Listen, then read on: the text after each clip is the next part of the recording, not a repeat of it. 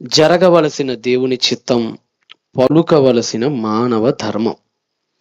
ఏంటి అసలు దేవుని చిత్తం, మానవ ధర్మం, ఈ రెండిటి నడుమ మానవుడు ఎలా ప్రవర్తించాలి అనేది మరి ఎక్కువగా వివరించి చెప్పుటకు అంత కాలం తక్కువగా ఉంది కనుక వీలైనంత వరకు నేను త్వరగానే మ్యాటర్లోకి వెళ్ళేటువంటి ప్రయత్నం చేస్తాను. మానవుడికి సహజంగా కష్టాలు వస్తూనే ఉంటాయి. అది చంటి బిడ్డ మొదలుకొని పండు ముసలివాని వరకు, స్త్రీ అని పురుషుడని వయోభేదం లేకుండా, చీమని పామని జాతి భేదం లేకుండా, రాయని రప్పని విహర భేదన లేకుండా ప్రతి చోట ప్రతిదీ కష్టాన్ని ఎదుర్కొంటూనే ఉంటుంది ఈ ప్రపంచంలో. అయితే మనం గమనించాల్సిన విషయం ఏంటంటే, మనం ఎదుర్కొంటున్న ఈ కష్టాలు మనకి మనం కొని తెచ్చుకుంటున్న కష్టాలా, దైవం మన విశ్వాసాన్ని పరీక్షించటానికి పెడుతున్న కష్టాలా? కష్టాల్లో రెండు రకాలు ఉన్నాయి. మన కంటి నుంచి కారే ప్రతి కన్నీటి బొట్టుకు దేవుడు కారకుడు కాడు. ముందది గమనించండి. సోదరులు చాలా అద్భుతంగా వివరించారు మీకు మొదటి ప్రసంగంలో చులకని శ్రమ గురించి, తాళ శ్రమ గురించి. అయితే మనం ఎదుర్కొంటున్నటువంటి ప్రతి కష్టానికి దేవుణ్ణి నిందించటం చాలా మందికి ఒక పరిపాటు అయిపోయిందండి. ఈరోజు క్రైస్తవ్యాన్ని రెండు రకాలుగా విభజించవచ్చు. క్రైస్తవ సమాజాన్ని ఒకటి, తాము అనుకున్నవి జరిగినప్పుడు దేవుణ్ణి పొగిడే క్రైస్తవులు, తాము అనుకున్నది జరగనప్పుడు దేవుణ్ణి అలిగి తిట్టే క్రైస్తవులు. ఇద్దరున్నారు.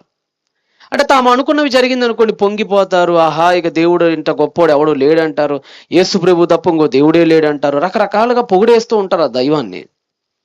ఒకవేళ పొరపాటున తాము అనుకున్నది జరగలేదనుకోండి, మరి ఏమైందో తెలియదు, నిన్నటిదాకా దేవుడైనవాడు సడన్గా దేవుడు కాకుండా అయిపోతాడు వీళ్ళకి. నిన్నటిదాకా మంచోడైన వాడు సడన్గా చెడ్డోడైపోతాడు వీళ్ళందరికీ. నిన్నటిదాకా పొగిడింపబడిన వాడు ఇప్పుడు అబాసు పాలవుతూ ఉంటాడు వీళ్ళ నోట్లో నుంచి. ఒక ఉదాహరణ చెప్తాను మీకు. ఒక కుటుంబం తెలుసు నాకు. వారు రోజు చర్చికి వస్తుంటారు, ప్రార్థనకు వస్తూ ఉంటారు. అయితే ఇద్దరు అమ్మాయిలు, ఆల్రెడీ ఇద్దరు ఆడపిల్లలు పుట్టారు. మగబిడ్డ పుట్టాలి అనేది ఆ అమ్మాయి ఆశ. ఆ అమ్మాయి మెంటల్గా ఫిక్స్ అయిపోయింది, ఈసారి నాకు మగబిడ్డే అని ఫిక్స్ అయిపోయింది. ఎంత ఫిక్స్ అయిపోయిందంటే, కడుపులో ఉన్న పిండాన్ని చూసి మగబిడ్డతో మాట్లాడుతున్నట్టుగా మాట్లాడుకునేది. చాలా మంది తల్లులు అంతే కదమ్మా, వాళ్ళు ముందుగానే ఎందుకో మెంటల్గా ఫిక్స్ అవుతారు. అదంత మంచిది కాదనేది నా అభిప్రాయం. ఎందుకంటే తర్వాత నువ్వు అనుకున్న జెండర్ గనక రాకపోతే మళ్ళీ చాలా కాలం బాధపడాల్సి వస్తుంది నువ్వు. అందుకని న్యూట్రల్ జెండర్ పెట్టుకోవటం మంచిది మన హృదయంలో. ఆ అమ్మాయి మగపిల్లోడితో మాట్లాడినట్టుగా మాట్లాడుకొని వాడికి ఒక పేరు కూడా ఫిక్స్ చేసేసుకుంది ముందుగానే. వాడికి ఒక పేరు ఫిక్స్ చేసేసుకొని రోజు వాడిని ఆ పేరుతో పిలుస్తూ కడుపు మీద తడుతూ మాట్లాడుకుంటూ ఉండగా తీరా 9వ నెల నిండిన తర్వాత మరలా అమ్మాయి పుట్టింది. ఇక అమ్మాయి అంటది, అసలు యేసు ప్రభు దేవుడే కాదు వదినే. ఎవరితో? వదినతో. అసలు మరియమ్మతో మాట్లాడకూడదు వదిన అంటే. నేను ఇంకా మరియమ్మ అంటే వెనకింటి ఆవిడ పక్కింటి ఆవిడ కాదట, యేసు ప్రభు తల్లట. సాగరమాత దగ్గర ఉంటుంది మరియమ్మ. అసలు మరియమ్మతో అలిగానని చెప్పి అసలు మరియమ్మ దగ్గర రానిక నుంచి నేను. అసలు యేసు ప్రభు దేవుడే కాదు, కసాయుడు యేసు ప్రభు. మరి మొన్నటిదాకా భలే పొగిడింది, మరి ముందు వరుసలో కూర్చొని హల్లెలూయాలు చెప్పింది. స్తోత్రం అంటే పాస్టర్ గారి కంటే ఈవిడ గొంతు ఎక్కువ వినపడేది, రెఫరెన్సులు చదివేది, పాటలు పాడేది. ఈవిడ పాటలు పాడిందంటే కోకిలు కూడా ఆత్మహత్య చేసుకొని చచ్చిపోయేది. ఇంతగా భక్తి పర్రాలైన ఈవిడికి సడన్గా మరి ఏమైందో తెలియదు కానీ శాపవచనాలు పలుకుతుంది. అంటే ఈరోజు మనందరికి కూడా ఇలానే ఉంది. దైవం అంటే మన ఇష్టాన్ని తీర్చేవాడే, ఇక దైవం. పొరపాటున మనం అనుకున్నది జరగకపోతే ఆనాట నుంచి అతడు దైవం కాదిక, అతడు మంచి దైవం కాదిక. అలాంటి మూడ్లోకి, అలాంటి స్వింగ్లోకి వెళ్ళిపోయారు చాలామంది క్రైస్తవులు మరి ముఖ్యంగా. అయితే ఇంకొంతమంది ఉన్నారు, ఇంకొక బ్యాచ్ ఉంది. తమ జీవితంలో ఏం జరిగినా సరే ఆడిపోసుకోవటానికి రెడీగా దేవుణ్ణి ఒకరిని పెట్టుకుంటారు ముందు. ఎవరిని? కూరలో ఉప్పు తక్కువ అయిపోయినా దేవుణ్ణే తిట్టిద్ది. ఏంటి, బజార్ని ఏమైనా వెళ్ళేటప్పుడు దోమ వచ్చి కుట్టినా, లేదంటే వాళ్ళ ఇంట్లో వాళ్ళ అబ్బాయికి దగ్గినా, గ్యాస్ వచ్చినా, ఈవిడికి మోషన్ సరిగ్గా రాకపోయినా అన్నిటికీ దేవుడే. దేవుణ్ణి ఊరకనే ఆడిపోసుకునే ఒక జాతి ఉందండి మనలో. ఒకసారి ఈ రాత్రి ఒకసారి మనం ఆలోచిద్దాం. అసలు మనకు వచ్చే కష్టాలు ఎలాంటి కష్టాలు? దైవం పెట్టిన కష్టాలా, నీకు నువ్వుగా కొని తెచ్చుకుంటున్న కష్టాల. ఈరోజు ఇక్కడ కూర్చున్న మీరందరూ ఈ ప్రసంగం అయిపోయే లోపల మీరు ఒక నిర్ణయానికి రావాలి. ఆ నిర్ణయం ఏంటంటే, మీ అందరికీ కష్టాలు ఉన్నాయి కదమ్మా, మంచో చెడో, బాధలు, చింత, ఇవన్నీ ఖచ్చితంగా ఉంటాయి. అవి లేనోడు ఈ గ్రౌండ్లో కదా ఈ భూమి మీద కూడా ఎవడు ఉండడు. అవి ఎవరి వల్ల వచ్చినాయో ఒకసారి ఆలోచించండి ఈ రాత్రి. అదే మీ ముందున్నటువంటి పాఠం. ముందుగా బైబిల్ ప్రకారంగా నేను చెప్పేటువంటి మాట ఏంటంటే, 100లో 90 కష్టాలు దేవుడు పెట్టిన కష్టాలు కావు. మళ్ళా చెప్తున్నా, once again repeat my statement. 100లో 90 కష్టాలు దేవుడు పెట్టిన కష్టాలు కావు. మరి ఎవరు పెట్టిన కష్టాలు? నీకు నువ్వు కొని తెచ్చుకుంటున్న కష్టాలు. ఎలాగండి? ఒక చిన్న ఉదాహరణతో ముందుకెళ్దాం. విలాప వాక్యముల గ్రంథము 3వ అధ్యాయము 33వ వచనాన్ని చదవగలరా నా ప్రియ సమాజమా? లామెంటేషన్స్, అదే ఏమంటారు, విలాప వాక్యముల గ్రంథము 3వ అధ్యాయం 33వ వచనం. జాగ్రత్తగా నాల్సుమా. హృదయపూర్వకముగా దేవుడు నరులకు విచారణ అయినను బాధనైనను కలుగ చెయ్యడు. దేవుడికి ఏమి పని పాట లేదనుకుంటున్నారేమో. నీ మీనే కాన్సన్ట్రేషన్ పెట్టి నీకు ఎక్కలేని కష్టాలన్నీ నీ నెత్తి మీద నీ ఇంట్లోకి తీసుకురావడానికి ఆయన హృదయపూర్వకముగా ఎవనికి నీ విచారణ అయినను బాధ అయినను కలుగ చెయ్యడు లేఖనం చెప్పేస్తుంది. మరి ఆయన విచారమైనను బాధ అయినను హృదయపూర్వకంగా కలుగు చేయకపోతే మరి మనకందరికీ ఈ బాధలు ఈ విచారాలు ఎలా కలుగుతున్నాయి? పెద్దలో సామెత చెప్తారు, దారిని పోయే గంపని నెత్తిన పెట్టుకున్నాడట ఎవడో. ఇప్పుడు ఏమైనా సామెత? దారిని పోయే గంపనట ఎత్తుక్కొచ్చి మరి నెత్తిన పెట్టుకున్నాడట. మనకు వచ్చే కష్టాలన్నీ ఈ బ్యాచ్ ఎక్కువ. ఈ ప్రపంచంలో ఈ బ్యాచ్ ఎక్కువ. మీకు ఒక ఉదాహరణ చెప్తాను. నాకు తెలిసిన ఒక సోదరుడు ఉన్నాడు హైదరాబాద్లో. ఆటో డ్రైవ్ చేస్తుంటాడు తను. సరే, ఏదైనా మంచిదే. పొట్టకుటి కోసం ఏ పనైనా, బాత్రూములు గడిగే పనైనా తప్పులేదు. నువ్వు కష్టపడి పని చేసుకోవటమే కావాలి దైవానికి. ఆటో డ్రైవ్ చేసుకుంటూ ఉన్నాడు. వీళ్ళ అమ్మాయి చిన్న పాప, వాళ్ళ అమ్మాయి మెచ్యూర్ అయింది. మెచ్యూర్ అంటే తెలుసు కదమ్మా, నేను తెలుగులో చెప్పనవసరం లేదు, అందరికీ తెలుసు. మెచ్యూర్ అయింది వాళ్ళ పాప. 12 సంవత్సరాలకు మెచ్యూర్ అయింది. అనవసరం తెలుగులో ఎందుకు లేని చెప్పట్లేదు అంతే. ఈ మెచ్యూర్ అయిన తర్వాత ఈ అమ్మాయికి ఫంక్షన్ చేద్దాం అనుకున్నాడు. ఏం చేద్దాం అనుకున్నాడు? ఫంక్షన్ చేద్దాం అనుకున్నాడు. రైట్, మంచిదే. ఎలా అనుకున్నాడు తెలుసా? ఎలా చేద్దాం అనుకున్నాడు తెలుసా? అదొక గూడ, అదొక మొత్తం పెద్ద ఊరు. అది చాలా ఇల్లులు ఉంటాయి, అన్ని అపార్ట్మెంట్స్ ఉంటాయి.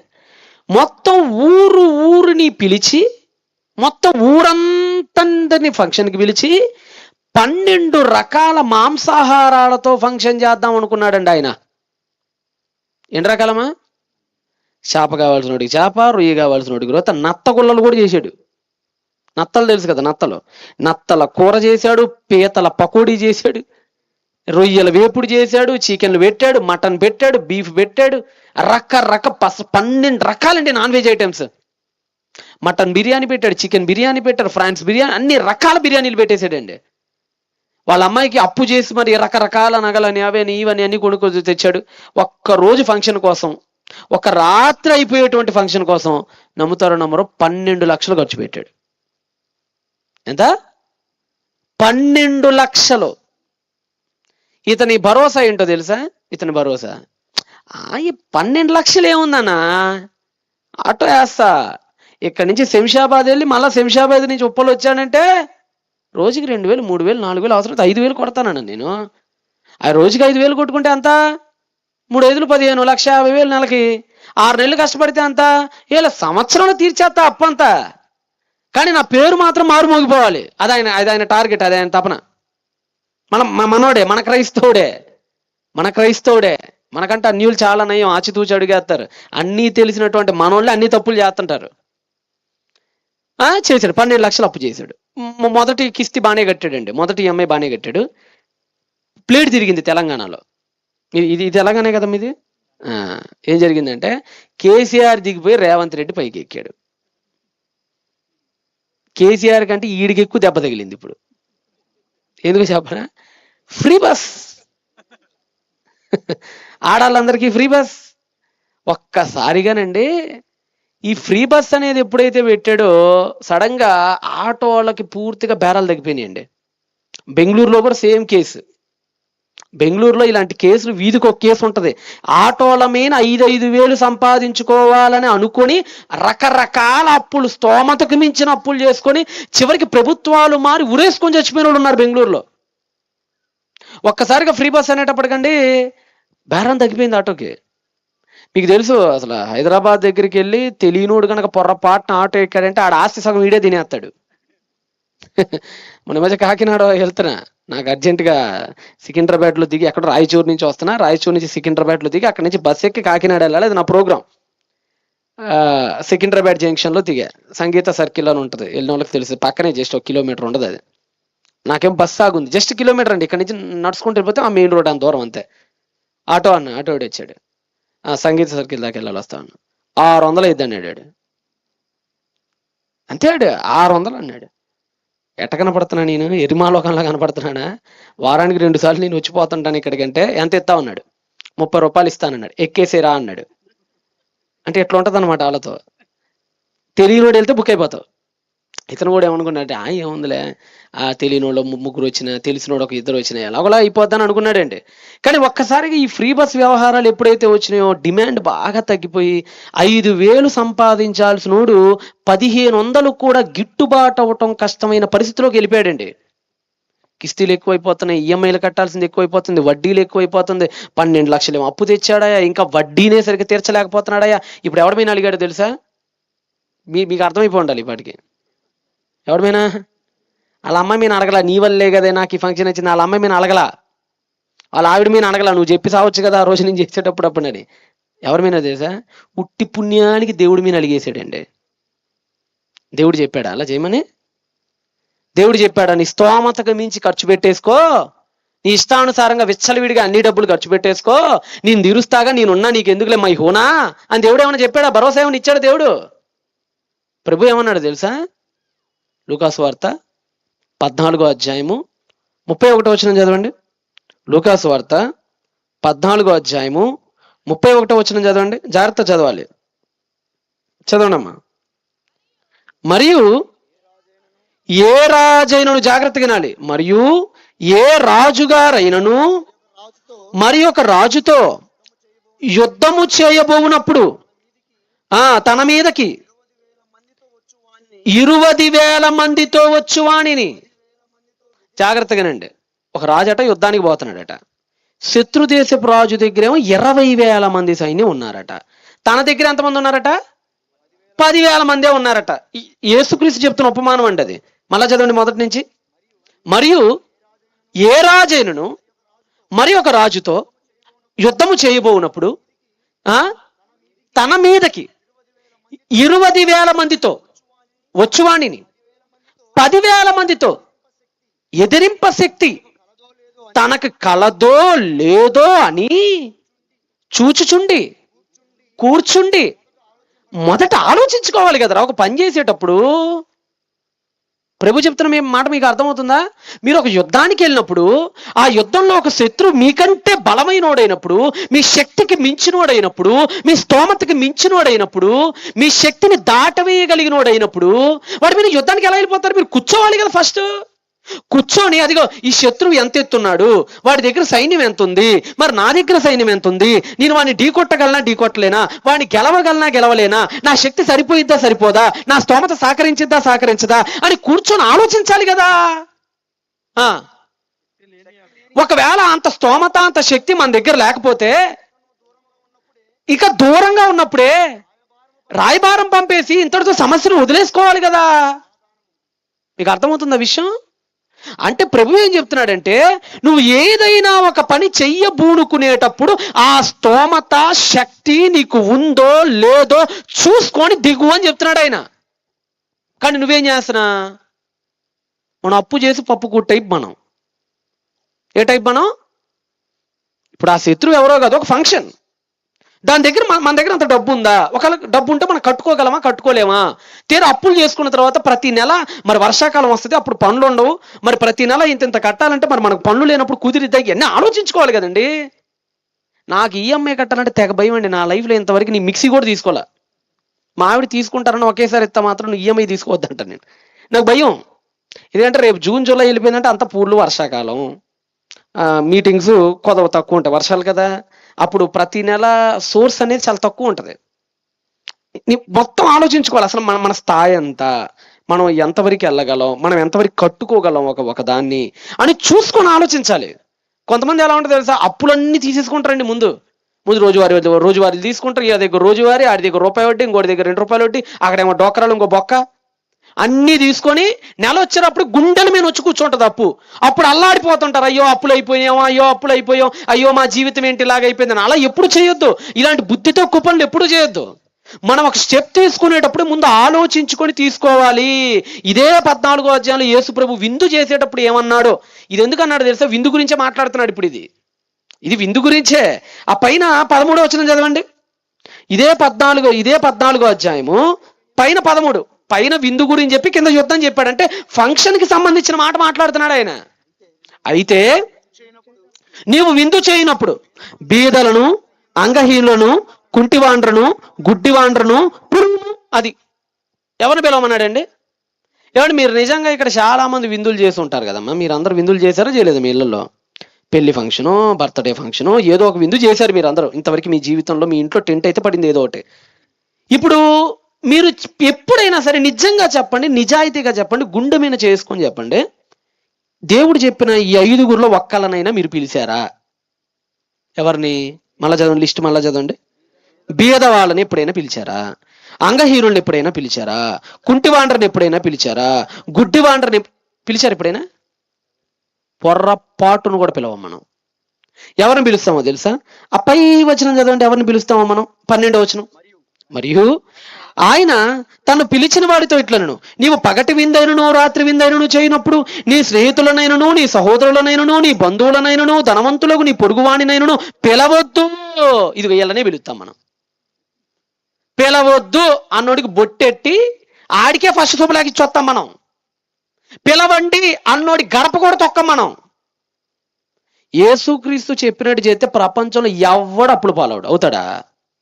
ఏమన్నా ప్రభు ఏమన్నాడంటే, తగుమాత్రపు అన్న వస్త్రములే కదా, అన్న వస్త్రములు, అన్నం కూడా, ఫుడ్ దగ్గర కూడా తగినంత ఉండు.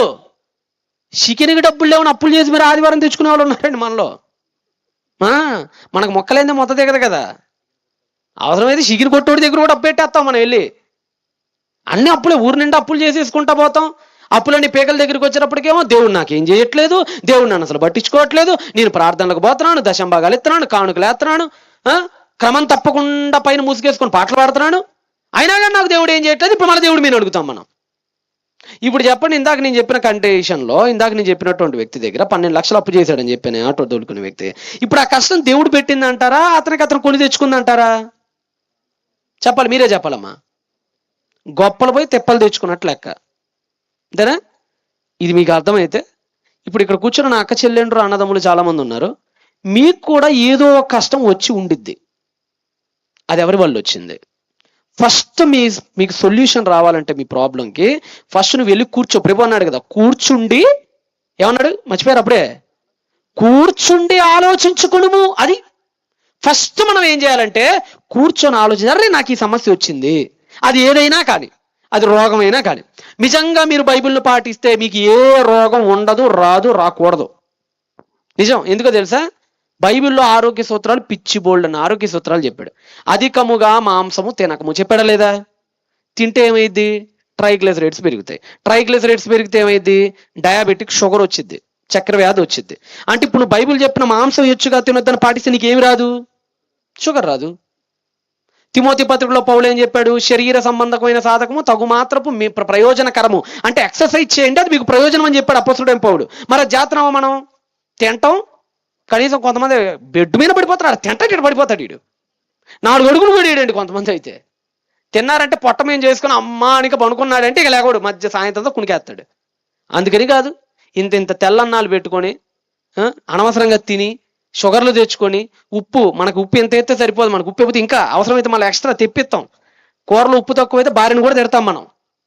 ఇన్ని తెచ్చుకొని ఇన్ని తిప్పలు తెచ్చుకోమంది ఎవరు? ఇన్ని రోగాలు తెచ్చుకోమంది ఎవరు? రోగాలు తెచ్చుకున్న తర్వాత మళ్ళీ ప్రభు దగ్గరికి వచ్చి ప్రార్థన చేసి తగ్గించమని ఎందుకు వేడుకోవటం? మళ్ళీ మనం అది మీకు వచ్చే ఆరోగ్య సమస్యలు కానీ, మీకు వచ్చే అప్పుల సమస్యలు కానీ ఏవైనా ఒకటి గుర్తుపెట్టుకోండి, మీరు లేఖనాలను సరిగ్గా అనుసరించకపోవటం మూలానే 90% కష్టాలు మీకు వస్తున్నాయి. దేవుడు కష్టాలు పెట్టేటప్పుడు అండి, ఆయన ముందుగానే మనకి హింట్ ఇస్తాడండి. నువ్వు తప్పుడు దారిలోకి వెళ్తున్నావని దేవుడు హింట్ ముందుగానే ఇస్తాడు మనకి. మనం గమనించుకొని వెనక్కి వస్తే మంచిది. అప్పుడప్పుడు చూడండి, ఇప్పుడు ఈ మధ్య గూగుల్ మ్యాప్స్ వచ్చినాయండి, మేము ఎక్కువ వాడుతుంటాం. ఎందుకంటే ఇప్పుడు అన్న ఎక్కడికి రావాలి అన్నాను చోటపల్లి నాయన అన్నాడు.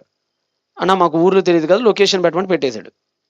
మేము తెలియక ఒక 3 కిలోమీటర్లు ముందుకు వెళ్తే లేదు, గూగుల్ మ్యాప్ వెంటనే చెప్పేస్తుంది, లేదు మీరు వెనకకి తిరగవలెను, మీరు ముందుకు వస్తున్నారు, వెనకకి తిరగవలెను 3-4 సార్లు చెప్పేస్తుంది అది. ఇది ఎలాగైతే తప్పుడు మార్గంలో వెళ్తుంటో చెప్తుంటుందో, దేవుడు కూడా నీ జీవితం తప్పుడు మార్గాల్లోకి వెళ్తున్నప్పుడు కొన్ని సిగ్నల్స్ నీకు ఇస్తాడు. నువ్వు గమనించుకున్నావంటే బాగుపడతావు. ఫర్ ఎగ్జాంపుల్ మీకు ఉదాహరణ చూపిస్తా. న్యాయాధిపతుల గ్రంథానికి ఒకసారి రండి. ఫర్ ఎగ్జాంపుల్గా న్యాయాధిపతుల గ్రంథము 14వ అధ్యాయం 1వ వచనం. ఇక్కడికి వెళ్ళిన తర్వాత మనం 2 వ్యక్తులు చూద్దాం. కష్టాలను కొని తెచ్చుకున్న ఒక వ్యక్తి, దేవుడే కష్టాలను ఇచ్చినటువంటి మరొక వ్యక్తి. ఈ 2 వ్యక్తుల్ని చూసిన తర్వాత ఈ 2 కేటగిరీలో మీరు ఏ కేటగిరీలోకో ఫస్ట్ మీరు ఒక డెసిషన్కి వచ్చి దానికి మనం ఎలాగ జీవితంలో రిప్లై ఇవ్వాలి, మనం ఈ కష్టాన్ని ఎలా ఎదుర్కోవాలి అనే ఒక కంక్లూజన్తో ముగిద్దాం మొదటి రోజు అంశాన్ని. రైట్, చదవండి అమ్మ 14వ అధ్యాయం 1వ వచనం. సంసోను ఒక వ్యక్తి ఉన్నాడు, అతని పేరేంటమ్మా? సంసోను అంటే అర్థం ఏంటంటే సూర్యుడు. అర్థం ఏంటి? షెమెష్ అనే హీబ్రూ పదం నుంచి వచ్చింది. షెమెష్ అంటే అర్థం ఏంటంటే సూర్యుడు, సన్. తెలుగులో రవి అనే పదం ఎంత కామన్ వర్డ్. ఉదయ్, రవి, కిషోర్ ఈ పదాలని సూర్యుడిని ఉద్దేశిస్తూ పెట్టబడే పదాలు. భాను, రైట్, వెరీ గుడ్ అన్న. భాస్కర్, ఇవన్నీ ఒక గొడుగు పదాలు. ఇవన్నీ సూర్యుడిని రిఫ్లెక్ట్ చేస్తూ ఉంటాయి తమ వర్డ్స్లో. సంసోను అనే పదం కూడా ఇంతే. సూర్యుడిలాగా భగభగా వెలగాలి, సూర్యుడు అలాగా వెలుగువంతంగా మారాలి అని పెట్టబడినటువంటి పదం ఇతని పదం. ఏ పదం? సంసోను అంటే అర్థం ఏమని చెప్పుకున్నాం? సూర్యుడు అంటే ఏంటి? సూర్యుడు ఏమిస్తాడు? వెలుగునిస్తాడు. రైట్, వెలుగునిచ్చిన తర్వాత ఈ సంసోను గారు ఒక అమ్మాయిని ప్రేమించాడు. ఒకసారి మీరు చదవండి 2-3 వచనాలు ఒకసారి చదవండి. సంసోను తిమ్నాతునకు తిరిగి వచ్చి, తిమ్నాతులో ఫిలిష్తీయుల కుమార్తెలో ఒక అమ్మాయిని చూశాడు. ఫిలిష్తీయుల కుమార్తెలో ఒక అమ్మాయిని చూసి తిరిగి వచ్చి తిమ్నాతులో ఫిలిష్తీయుల కుమార్తెలలో ఒక అమ్మాయిని చూశాను, మీరు నాకు ఇచ్చి పెళ్లి చేస్తారా చేయరా? తల్లిదండ్రుల దగ్గరికి వచ్చి గట్టిగా ఒకటే మాట అన్నాడు, మీరు చేస్తారా నన్ను చేసుకోమంటాడు. ఒక రకంగా చెప్పాలంటే చేస్తారా చేయరా అని అన్నాడు. అప్పుడు పాపం వాళ్ళ అమ్మ నాన్న ఆల్రెడీ కింద చెప్పారు. ఏమన్నారంటే, ఏమయ్యా మన స్వజనులలో ఎవడూ లేదనుకోని నువ్వు అమ్మాయి దగ్గరికి వెళ్తున్నావా, ఎందుకు నాయన అన్నాడు అని అన్నాడు. అయితే ఆ కింద ఒక ఇడియోమాటిక్ స్టైల్ ఉంటుంది, అది మీకు ఇప్పుడు చెప్పినా అర్థం కాదు కనుక నేను సగభాగాన్ని ఎక్స్ప్లెయిన్ చేస్తున్నా. ఎందుకంటే మన తెలుగులో ఒక సామెత ఉంటుంది, శివాజ్ఞ లేనిదే చీమైనా చావదు అని. సేమ్ అలాగే యూదుల్లో కూడా ఒక సామెత ఉండిద్ది, దేవుడి సెలవు లేనిదే ఏది జరగదు కదా అన్నట్లుగా. అందుకని ఆ సామెతని కింద ఉపయోగించారు. దాన్ని మనం చదవాల్సిన విధానం వేరు. ఇప్పుడు దాని జోలికి మనం వెళ్ళట్లేదు. వెళ్ళామంటే అది మళ్ళీ వేరే స్టడీలోకి వెళ్ళిపోతాం మనం. సో ఫైనల్గా మీకు ఒక విషయం చెప్తున్నాను నేను. ఏ అమ్మాయి లేదనుకొని ఆ ఫిలిష్తీయుల కుమార్తెను ఇష్టపడ్డావా అని అప్పటికి తల్లిదండ్రులు వద్దు బిడ్డ, ఆ అమ్మాయి అంత మంచిది కాదు బిడ్డ, ఫిలిష్తీయుల కుమార్తె బిడ్డ, ఆమె బ్యాక్గ్రౌండ్ బాగోదు బిడ్డ అని తన కొడుక్కి అరటి తొక్క ఒలిచి పెట్టినట్లుగా తల్లిదండ్రులు ఆల్రెడీ చెప్పారండి. కానీ వినలేదండి. వినకపోయేటప్పటికి ఇక వాళ్ళు కూడా ఏం చేస్తారండి పాపం. ఇప్పుడు మనమైనా అంతే కదండి, కొడుకు చెప్తే వినట్లేదు, పలానా అమ్మాయి కావాలంటున్నాడు, ఆడికి చెప్పినా ఆడికి అర్థం కావట్లేదు, ఏం చేయగలుగుతారు చెప్పండి? తల్లిదండ్రులు తప్పక ఒప్పుకుంటారు. అమ్మాయి అయినా అబ్బాయి అయినా ఈ రోజుల్లో పరిస్థితులన్నీ అలానే ఒప్పుకున్నారు. కానీ దేవుడు మాత్రం అండి, ఆ అమ్మాయిని చేసుకుంటే నీ జీవితం నాశనం అయిపోద్దయ్యా, ఆ అమ్మాయి మంచిది కాదు బిడ్డ అని ఎన్ని రకాలుగా సంసోను ఆపటానికి చూశాడంటే, మీకు ఒక ఉదాహరణ అక్కడే చూడండి ఒకసారి. 5వ వచనాన్ని చదవండి. 5. అప్పుడు సంసోను తన తల్లిదండ్రులతో కూడా తిమ్నాతునకు పోయి తిమ్నాతు ద్రాక్ష తోటల వరకు వచ్చినప్పుడు కొదమ సింహము అతని ఎదుట బొబ్బరించుచుండెను. పెళ్లి చూపులకు బయలుదేరుతున్నాడు. జాగ్రత్తగా నండి. సంసోన్ ఎక్కడ బయలుదేరుతున్నాడు? అమ్మాయిని చూస్తానికి పెళ్లి చూపులకు బయలుదేరుతున్నాడు. దేవుడు ఏం చేశాడంటే ఒక గర్జించే కొదమ సింహాన్ని సంసోను మీదకి పంపించాడు. ఎందుకు పంపించాడు? నీ 6 ప్యాక్ బాడీ పవర్ ఏంటో చూపించు ప్రపంచానికని కాదు, లేదంటే నీ కండబలం ఏంటో రాబోయే ప్రపంచం చదవాలి అని అంటానికి కాదు. అక్కడున్న సింహం ఎవరో కాదు, గర్జించు సింహము వలె ఎవడిని మృంగుదునా అని వెతుకుతూ తిరుగుతున్నాడు. నాయన వాడి వలలో పడబాకు. ఆ అమ్మాయి చూస్తానికి అలా ఉంటుంది, కానీ నీ జీవితంలో ఈ సుఖ సంతోషాలు లేకుండా దిక్కుమాలిన చావు చావాల్సి వస్తుంది నాయన సంసోనా, వద్దురా అని సింబాలికల్ గా సింహాన్ని పంపించాడు. అయితే కింద యెహోవా ఆత్మ ప్రేరణతో మేకపిల్లని చీల్చినట్టు చీల్చాడని ఉంటుంది.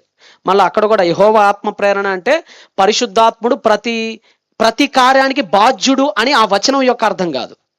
ఆ వచనం యొక్క అర్థం ఏంటంటే ఆ బలాన్ని ఉపయోగించేటువంటి శక్తి సంసోనికి దేవుడు ఇస్తాడు. అది ఎలా తను ఉపయోగించుకుంటాడు అనేది తన వ్యక్తిగత జీవితం మీద ఆధారపడి ఉంటుంది. ఫర్ ఎగ్జాంపుల్, ఈరోజు ముసలి వాళ్ళకి పెన్షన్ ఇస్తున్నారండి ప్రభుత్వం.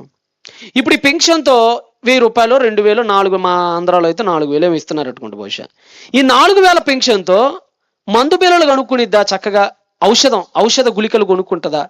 లేదంటే బయటికి వెళ్ళి సారా కొట్లోకి వెళ్ళి సారా తాగుతాడో ఆ ముసలి వ్యక్తి? ఎవరి మీద ఆధారపడి ఉండిద్ది? రేవంత్ రెడ్డి మీద ఆధారపడి ఉండదు. రేవంత్ రెడ్డి ఏం చేస్తాడు?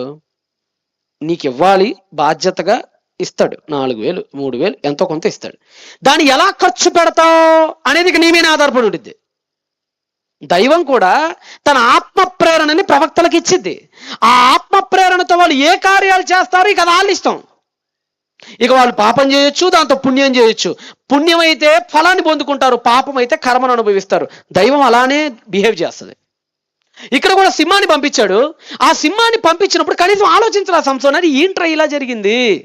నేను శుభమాని పెళ్లి చూపులకు వెళ్తున్నప్పుడు ఎందుకు నాకు సింహం అలా అడ్డొచ్చింది? దేవుడు నాతో ఏమైనా చెప్పాలనుకుంటున్నాడా?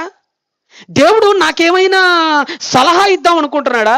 నా జీవితంలో నేను తప్పుడు పని చేస్తున్నాడా? నేను ఏమైనా సంకేతాన్ని ఏమైనా జారీ చేస్తున్నాడా అని ఒక్కసారి కూడా ఆలోచించలేదండి. ఏం చేశాడో ఒక చిన్న వీడియో బిట్ ఒకసారి చూడండి. ఈ క్రమంలో ఒకసారి చిన్న వీడియో బిట్ అయినా ఆ లైన్ అని ఉంటుంది కదా నాన్న, అది వేసేసి మొదటి నుంచి వద్దు, చివరిలో కంటెంట్లోకి వెళ్ళిపో డైరెక్ట్గా.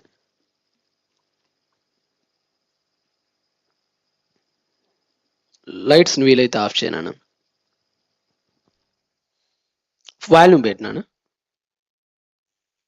వాల్యూమ్ పెట్టి. అదిగోండి వెళ్ళాడండి, పెళ్లి చూపులకు వెళ్తున్నాడండి. సింహాన్ని పంపించాడు. అసలు ఎందుకు వచ్చింది సింహం? దేవుడు ఏం చెప్పాలనుకుంటున్నాడు? దేవుడు నాతో ఏమైనా మాట్లాడాలనుకుంటున్నాడా? నాకేమైనా తెలియజేద్దాం అనుకుంటున్నా? లేదండి ఆలోచన. నాకు బలం ఉంది, నేను చంపేస్తాను, ఇదే రందిలో ఉన్నాడు తప్ప. అదిగోండి సింహం వచ్చిందండి.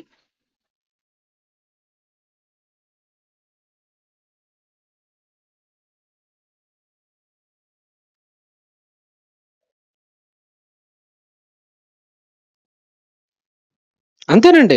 ఇక ఆలోచించలేదండి. నెక్స్ట్ ఎందుకు ఇలా నా లైఫ్ లో జరుగుతుందని ఆలోచించలే. చాలేనండి లైట్స్ ఆన్.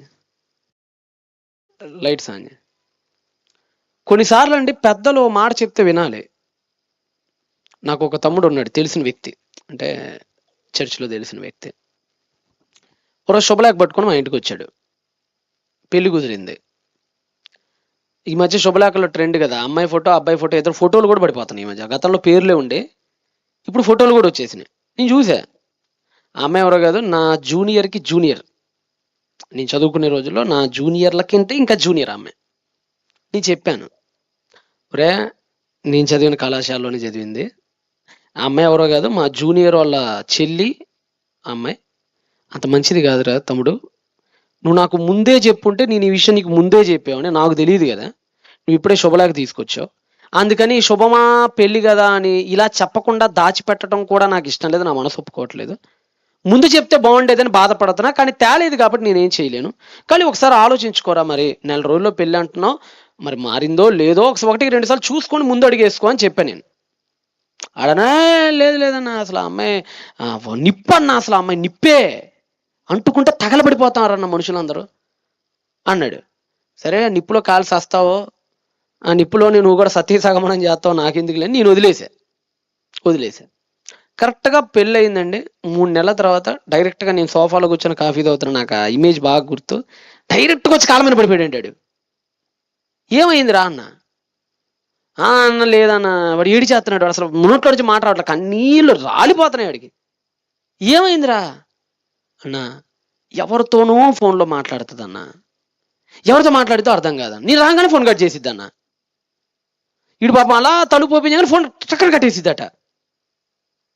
ఏం అర్థం కాలేదంట. ఓసారి వీడు ఫోన్ చూసాడంట, తమ్ముడు అని పడిందంట. కాల్ లాక్స్ అన్ని తమ్ముడు తమ్ముడు తమ్ముడు తమ్ముడు తమ్ముడు తమ్ముడు తమ్ముడు తమ్ముడు ఇలానే ఉన్నాయంట. ఆడికి అసలు నిజంగా చెప్పాలంటే ఆడికి తమ్ముడే లేడు, ఆ అమ్మాయికి తమ్ముడు లేడు.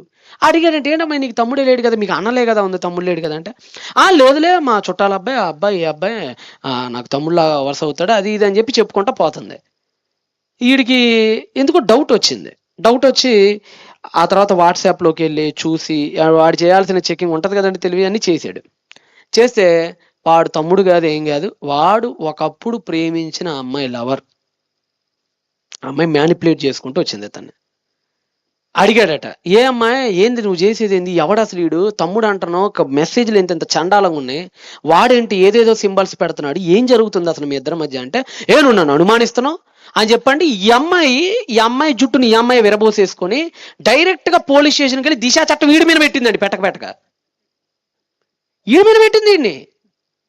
ఈయన్ని ఎరక్కొట్టి పెట్టారట పోలీసులు. ఎందుకంటే పోలీసులు ఆడపిల్లల మాటలు నమ్మినంత ఈజీగా మగోడి మాటలు నమ్మే పొజిషన్ లేరు. చట్టాలు ఇప్పుడు కొన్ని వాళ్ళకి అనుకూలంగా ఉన్నాయి, దాన్ని బట్టి చట్టాన్ని దుర్వినియోగాలు చాలా జరుగుతున్నాయి. మీరు బెంగళూరులో కూడా చూస్తుంటారు. ఈ మధ్య ఒక ఐటీ కంపెనీలో పనిచేసేటువంటి ఒక ఉద్యోగి సూసైడ్ చేసుకొని చచ్చిపోయాడు, వాళ్ళ ఆవిడ చేసిన మెంటల్ టార్చర్కి. వీడిని పాపం దిశ కేసులో కొట్టి మొత్తం అండి బొనికెలని ఎరక్కొట్టేశారటండి పాపం వీడికి. వీడు ఇప్పుడు వచ్చి బాధపడుతున్నాడు, నన్ను ఏం చేయమంటారన్న, నాకేం అర్థం కావట్లేదన్న, పిచ్చెక్కుతుందన్న, మీరు చెప్పిన అదే మాట గుర్తు వస్తుందన్న. అదే చెప్పేది, మీరు తప్పులు చేసిన ప్రతిసారి ఒక్కసారి వెనక్కి వెళ్ళి చూసుకోండి. దేవుడు ఖచ్చితంగా ఎవరో ఒకరి ద్వారా మీకు అది చెయ్యొద్దని చెప్పుంటాడు. జాగ్రత్తగా ఆలోచించుకోండి. దావీదు జనాభా లెక్కలకు పూనుకున్నాడు. అప్పటికి యవాబు చెప్పాడు, అయ్యా దావీదు మహారాజా, దేవుడు మనకి ఏం తక్కువ చేశాడు, జనములను లెక్కించుటకు దేవుడు మనకి ఎవడిచ్చాడయ్యా పర్మిషన్, వద్దయ్యా అంటే వెళ్ళా దావీదు. మీరు బైబిల్లో కానీ మీ జీవితంలో కానీ ప్రతి చోట చూసుకోండి, స్నేహితుడి ద్వారాను, అక్కల ద్వారాను, తమ్ముల ద్వారాను, దైవజనుల ద్వారాను, పాస్టర్ల ద్వారాను, ఇదిగో ఇలాంటి మీటింగుల ద్వారాను దేవుడు మీకు చెప్తూనే ఉంటాడు మీరు చేసే తప్పని. కానీ మనం ఆలకించాం. ఏముంది, ఈ చెవితో విని ఆ చెవితో వదిలేస్తాం. సంసోను కూడా ఇక్కడ ఆలకించలేకపోయాడు. ఎంత పెద్ద దెబ్బ తగిలిందంటే దేవుడు ఇంకొకసారి ఆలోచించడానికి ప్రయత్నపడ్డాడండి. ఒకసారి మీరు ఆ కింద వచనాన్ని కూడా చదవండి. దేవుడు ఇంకొకసారి ఏ విధంగా ఆలోచించడానికి ప్రయత్నం పూనుకున్నాడు. 8వ వచనం చదవండి. 8. కొంతకాలమైన తర్వాత అతడేమను తీసుకుని వచ్చుటకు తిరిగి వెలుచుండగా ఆ సింహపు కళేబరమును చూచుటకు ఆ వైపు తిరిగాడు. జాగ్రత్తగా వినాలి. మళ్ళా అదే రోడ్లో వెళ్తున్నప్పుడు తను అంతకుముందు చంపిన సింహం ఉందే, దాని శవం, మాంసం అంతా నక్కలు హైనాలు పీక్కు తినంగా మిగిలిన స్కెలెటన్ కొద్దిగా మిగిలింది, ఎముకల కొద్దిగా మిగిలింది, ఎముకల గూడైంది. సింహం ఎముకల గూడుగా మారింది. దాన్ని చూశాడు. అరే గతంలో ఇక్కడే కదా సింహాన్ని చంపితే, ఒకసారి చూద్దాం పద అన్నట్టు వెళ్ళినప్పుడు సింహం యొక్క ఎముకల గూడు ఉంది అక్కడ. నెక్స్ట్ ఏం జరిగింది, సింహపు కళేబరంలో దాని ఎముకల గూడులో తేనె తీగలు ఉన్నాయట, మరియు తేనెగూడు ఉందట. తేనె ఏమండి, మిమ్మల్ని అడుగుతున్నానండి డైరెక్ట్గా, మీరు ఏ శవంలోనైనా ఇంతవరకు తేనె పట్టు ఉండటం చూసారా? మీ ఇంటి ఎదురు చచ్చిపోతుంటాయి కదా, కుక్కలు చచ్చిపోతున్నప్పుడు కానీ, పందికొక్కులు చచ్చిపోయినప్పుడు కానీ, ఎప్పుడైనా శవాల్లో తేనెని మీరు ఎప్పుడైనా చూసారా? అసలు తేనె తీగలు శవాల దగ్గర ఉంటాయా? మీరు అసలు తేనె తీగల హిస్టరీ చూడండి. అసలు తేనె తీగలు శవాల దగ్గర ఉండవు, వాటికి నచ్చదు, అసలు అవి తట్టుకోలేవు. అవి తేనె పట్లు ఎక్కడ చూస్తుంటారండి మీరు సహజంగా? చెట్లపైన, ఇంకా పర్వతాలపైన, ఇంకా ఏదైనా గోడ పాతింటి పెంకుటింటి గోడలపైన చూస్తారు. మీ లైఫ్లో ఇక్కడ కూర్చున్న మీరైనా ఎవరైనా సరే ఎప్పుడైనా సరే శవంలో తేనెని చూసారా? చూడలేం, అది పెట్టదు. కానీ ఇక్కడ పెట్టింది. ఎందుకో తెలుసా? దేవుడు సంసోనుకు చెప్తున్నాడు, సంసోనా, ఆ అమ్మాయి తేనెలాగా చాలా బాగుంది కదా, అమ్మాయి తేనెలాగా చాలా అందంగా మాట్లాడుతుంది కదా, తినే కొంది తినాలనిపిస్తుంది దానిలాగా ఉంది కదా. కానీ ఒక్కసారి వెనక్కి తిరిగి చూడు, చచ్చిన శవం ఉంది దాని వెనక. తీయని తేనె వెనక కుళ్ళిన శవం ఉంది. బ్యాక్గ్రౌండ్ బాలా వద్దు చెప్తున్నాడండి. సంసోనికి మైండ్ పని చేయట్లా. ఎందుకంటే అయ్యగారు అప్పటికే ప్రేమలో పేకల్లోతు మునిగిపోయి ఉన్నాడు.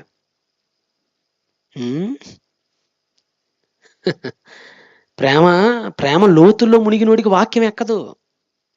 ఆ పైనట ఆవిడతో మాట్లాడేటప్పుడట ఏం జరిగిందట, ఒకసారి ఎన్నో వచనం చదువుతారంటే 7 చదవండి.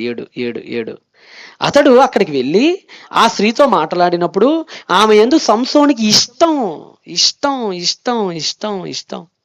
ప్రేమలో పడ్డోడికి ఎటు పోతున్నాడు కూడా తెలియదండి.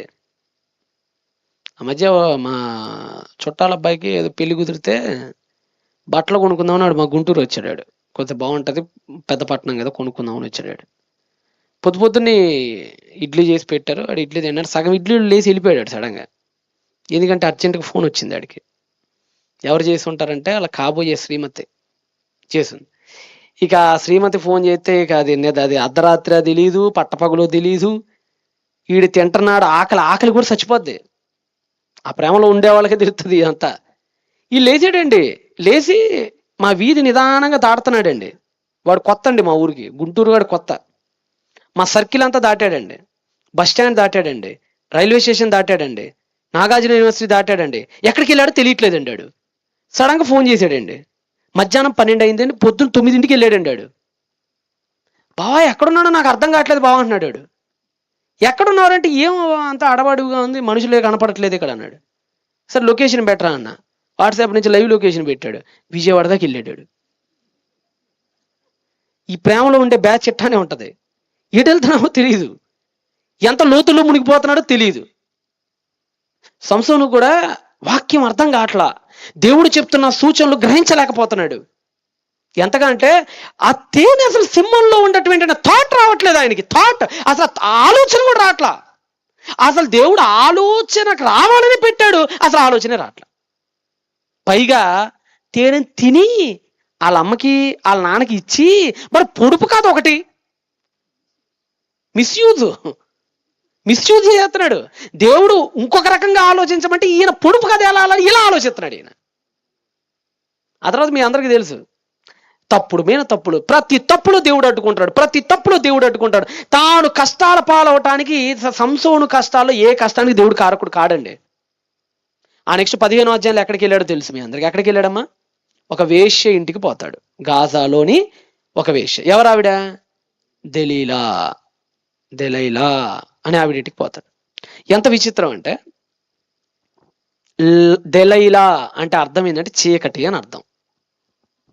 అర్థం ఏంటి? చిమ్మ చీకటి. లైలా అనే హిబ్రూ పదానికి అర్థం ఏంటంటే చీకటి. సంసోన్ అనే పదానికి ఇందాక చెప్పే ప్రారంభంలోనే చెప్పే అర్థం ఏంటి? సూర్యుడు అంటే ఏంటి? వెలుగు. ఈయన పేరులోనే వెలుగుంది, ఆవిడ పేరులోనే చీకటి ఉంది. అక్కడైనా అర్థం చేసుకోవాలిగా. ఇదెక్కడ గొడవ అసలు? ఇప్పుడు అంతే కదండి. ఇప్పుడు భర్త పేరు ఏలియా, ఆవిడ పేరు యజబేల్ ఉంటే ఎట్ట ఉంటుంది మీకు? పెళ్లి సంబంధం వచ్చింది, ఆ అమ్మాయి పేరు ఏంటంటే యజబేల్ అనింది, నీ పేరు ఏంటంటే ఏలియా అన్నాడు. అర్థం చేసుకోవాలా? ఏలియాని మింగి యజబేలేదని. ముంగిసా. కొంతమంది గతంలో పేర్లు కూడా మార్చేవాళ్ళు. మా అమ్మ పేరు మార్చారట, మా అమ్మ పేరు ముంగిసి వచ్చిందట మా అమ్మకి పేరులో. మా నాన్నకేమో సర్పం వచ్చిందట, సర్పానికి ముంగిసి పడదని మా అమ్మ పేరు మార్చేశారు. అలా కొన్ని సార్లు మనకి దేవుడు పేరులోనే చెప్తుంటాడు. ఆ అమ్మాయి పేరులోనే చీకటి ఉంది, ఈయన పేరులోనే వెలుగుంది. వెలుగుకు చీకటితో పొత్తేమి? క్రీస్తుకు బొలియాలితో ఏమి పొత్తు? వాక్యం గుర్తొచ్చిందా? అది సూర్యుణ్ణి మింగే కృష్ణ బలం, సూర్యుణ్ణి మింగే బ్లాక్ హోల్. అది దేవుడు ఆ విషయాన్ని అక్కడే చెబుతున్నాడు, అయ్యగారికి మాత్రం అర్థం కావట్లా. ఇలా లైఫ్లోనండి చివరికి 2 కళ్ళు పోగొట్టుకొని దిక్కులేని చావు చనిపోయాడండి పాప. ఆయన దిక్కులేని చావు చనిపోయాడు. ఇప్పుడు మీరు సంసోను జీవితాన్ని చూడండి. ఈ కష్టాలు, సంసోను పడిన ప్రతి కష్టం వెనక దేవుడు సంసోను కొని తెచ్చుకున్నాడా? ఎవరు కొని తెచ్చుకున్నాడు? సంసోను కొని తెచ్చుకున్నాడు. ఈరోజు మీ జీవితాల్లో కూడా మీకు ఎదురయ్యే కష్టాలు మీరు కొని తెచ్చుకుంటున్నారేమో 1-2 సార్లు ఆలోచించుకోండి ముందుగానే. అనవసరంగా దైవంపై నిందలేయకండి, అవసరంగా దేవుణ్ణి దూషించకండి, అనవసరంగా దేవుడిపై అలక్కండి, దేవుణ్ణి తిట్టకండి, దైవానికి దూరం అంతకంటే కాకండి. మన లైఫ్లో కొంతమంది అడుగుతారండి, దేవుడు మీరు అడిగిన వాళ్ళు ఉన్నారండి, నాకు తెలిసిన దేవుడు మీరు అడుగుతారండి. ఎందుకు అడిగావురా దేవుడు మీద అంటే, దేవుడు నాకు అలా చేశాడు, దేవుడు నాకు ఇలా చేశాడు. ఈ మధ్య ఒక ఆయన మీకు తెలుసు, ఆయన ఒక క్రైస్తవుడు, ఈ కరుణాకర్ అనే వాడి వీడియోలు చూసి పాస్టర్గా మారిపోయాడు. అదే పాస్టర్ నుంచి అటు వెళ్ళిపోయాడు ఆయన. సరే, ఎవరికి ఇష్టమైన మతాలను వాళ్ళు స్వీకరించే హక్కు భారత రాజ్యాంగంలో ఉంది. క్రైస్తవుడు హిందూ మతం నచ్చితే హిందూగా మారొచ్చు, తప్పులేదు. అటోలు ఇటైనా మారొచ్చు, అసలు తప్పే లేదండి. ఎవరు ఏ మతాన్ని అయినా స్వీకరించవచ్చు. హైందవ మతం కూడా చాలా మంచిది, చాలా మంచి సులక్షణాలతో కూడినటువంటి ఒక మంచి ధర్మం హిందూ ధర్మం, నో డౌట్ ఇన్ దట్. అయితే ఇక్కడ సమస్య ఏంటంటే, ఇతను క్రైస్తవ్యం నుంచి అటు వెళ్ళిపోయాడు కదా. ఎందుకు వెళ్ళాడు తెలుసా? నేను ఎంక్వైరీ చేశాను, అసలు ఎందుకు వెళ్ళాడు ఈయన అని ఎంక్వైరీ చేస్తే, వీళ్ళ అమ్మాయికి పెళ్లి చేశాడండి. ఆ పెళ్లి 16 ఏళ్ళకి చేశాడండి. 16 ఏళ్ళకి ఆ స్టేజ్ మీదకి పాస్టర్లు అందరూ వచ్చి ఇలానే కూర్చున్నారట పెళ్లి వేదిక మీదకి. వాళ్ళెవరికి తెలియదు ఈ విషయం. తీరా ఆ పెళ్లి చేసే వ్యక్తి ఆధార్ కార్డులు అడుగుతారు కదండి పెళ్లికి. ఆధార్ కార్డులు అడిగితే ఆ అమ్మాయికి ఇంకా మేజర్ అవ్వలేదు, ఆ అమ్మాయికి ఇంకా 18 ఏళ్ళు నిండలేదు అని అర్థమైంది. అర్థమై వెంటనే పెళ్లి ఆపేశాడు. అమ్మ తప్పు అది, నన్ను బొక్కలేసి నన్ను కొట్టేస్తారు, మీరేం ఇలా చేస్తున్నారేంటి, అసలు ఇలా పెళ్లి జరగకూడదు, మైనర్కి పెళ్లిళ్ళు చేయకూడదు, చట్టరీత్యా నేరం అని చెప్పి ఆ పెళ్లికి అతను దూరం వెళ్ళిపోయాడట. ఇది మనసులో పెట్టుకున్నాడండి. పెట్టుకొని, నేను యేసు ప్రభు కోసం పాస్టర్గా పనిచేస్తుంటే మా అమ్మాయి పెళ్లి మధ్యలో ఆగిపోయిన బంధువులందరి ముందు నా పరువు పోయింది, ఇప్పుడు దీని కారకుడు ఎవడు? అదిగో యేసు ప్రభు. కాబట్టి యేసు ప్రభు దేవుడే కాదు, వెళ్ళిపోయాడు. అంటే ఎవడి మీనయ్యా నీ అలుగుడు? నువ్వు కాదా? 18 ఏళ్ళు నిండకుండా పెళ్లి చేసి తప్పు చేసింది నువ్వు కాదా? అది చట్ట ప్రకారం నేరం కాదా? నీ అలుగుడు ఏమైనా ఉంటే రాజ్యాంగం మేము చూపించు, అక్కడ చూపిడు. ఎందుకంటే బొక్కలు వేసి కొడతారు అక్కడ చూపిస్తే. రాజ్యాంగం ఏమని అన్నాడు అనుకోండి, ఇదేం రాజ్యాంగం అని అన్నాడు అనుకోండి, తెల్లారికి సుప్రీంకోర్టులో ఉరితీత తెస్తాడు. అందుకని ఇప్పుడు తేరగా ఒకడు దొరికాడు పైన, పాపం. ఎవరైనా ఇప్పుడు దేవుడు మీద అలుగుడు. దేవుడు మీద ఎప్పుడు అలక్కండి. మనం చేసే 90% కష్టాలకి మనం కొని తెచ్చుకున్నవే. అయితే 10% ఉన్నాయి చూశారు, అవి మాత్రం నీ విశ్వాస జీవితాన్ని బట్టి దేవుడిచ్చే కష్టాలండి. ఒకసారి వాటిని కూడా మనం ఆలోచిద్దాం. యోబు గ్రంథానికి ఒకసారి టకటక మనం ముగించాలి 20 నిమిషాల్లో. ఈ అంశాన్ని కూడా మనం చూద్దాం. మనం ఏం పలకాలి, అసలు దైవం మన పట్ల ఉన్న చిత్తం ఏంటి, అది కూడా మనం గమనిద్దాం. యోబు గ్రంథం 1వ అధ్యాయం 1వ వచనానికి రాగలరా? యోబు గ్రంథము 1వ అధ్యాయం 1వ వచనం. మీ అందరికీ తెలిసినటువంటి, ఎప్పుడు చదివేటువంటి మాట. ఊజు దేశంలో ఒక వ్యక్తి ఉన్నాడు. ఆయన చాలా భక్తిపరుడు, యథార్థవంతుడు, న్యాయవంతుడు, దేవుని యందు భయభక్తులు కలిగిన వాడు, చెడుతనమును విసర్జించిన వాడు, ఇతని వంటి వాడు ఎవడునూ లేడు. చాలా మంచోడు, చాలా న్యాయవంతుడు. అయితే దేవుడు ఇతను ఒక పరీక్ష పెట్టాడు. మీ అందరికీ తెలుసు, ఇది చాలా తక్కువ కేటగిరీ. ఎందుకంటే 90 అటు పెట్టి 10 ఇటు పెడతాను నేను. చాలా రేరెస్ట్. ఇలాంటి వాడు ఎవడు లేడని దేవుడే చెప్పాడంటే చాలా అరుదైన జాతి అది. ఆ అరుదైనటువంటి యోబుకి కష్టాలు వచ్చినాయి. ఏమేమి వచ్చినాయి చెప్పండి అమ్మ, మీ అందరికి బాగా అలవాటు. చెప్పండి. పశు సంపద పోయింది, ఇంకా సంతానం పోయింది, ఇంకా ఆరోగ్యం పోయింది, ఇంకా తన అనుకున్న వాళ్ళందరూ వెళ్ళిపోయారు, ఇంకా భార్య కూడా చీకొట్టేసింది. ఇన్ని కష్టాలు వచ్చినాయి. కానీ ఆయన చాలా నికార్సైన మాట అన్నాడు. ఏమన్నాడు? యెహోవాయే ఇచ్చెను, యెహోవాయే తీసుకొని పోయిను, యెహోవా నామమునకు స్తుతి కలుగునుగాక. నిజంగా అంత గొప్ప స్టేట్మెంట్ ప్రపంచంలో అంతకు మునుపు ఎవడెవలేదు, ఆ తర్వాత ఎవడు ఇవ్వబోడేమో. అంత గొప్ప తీర్మానం, దైవం పట్ల అంత గొప్ప నమ్మకం కనపరిచాడు. ఎవరు? యోబు. అయితే ఇంతటితో అవలా.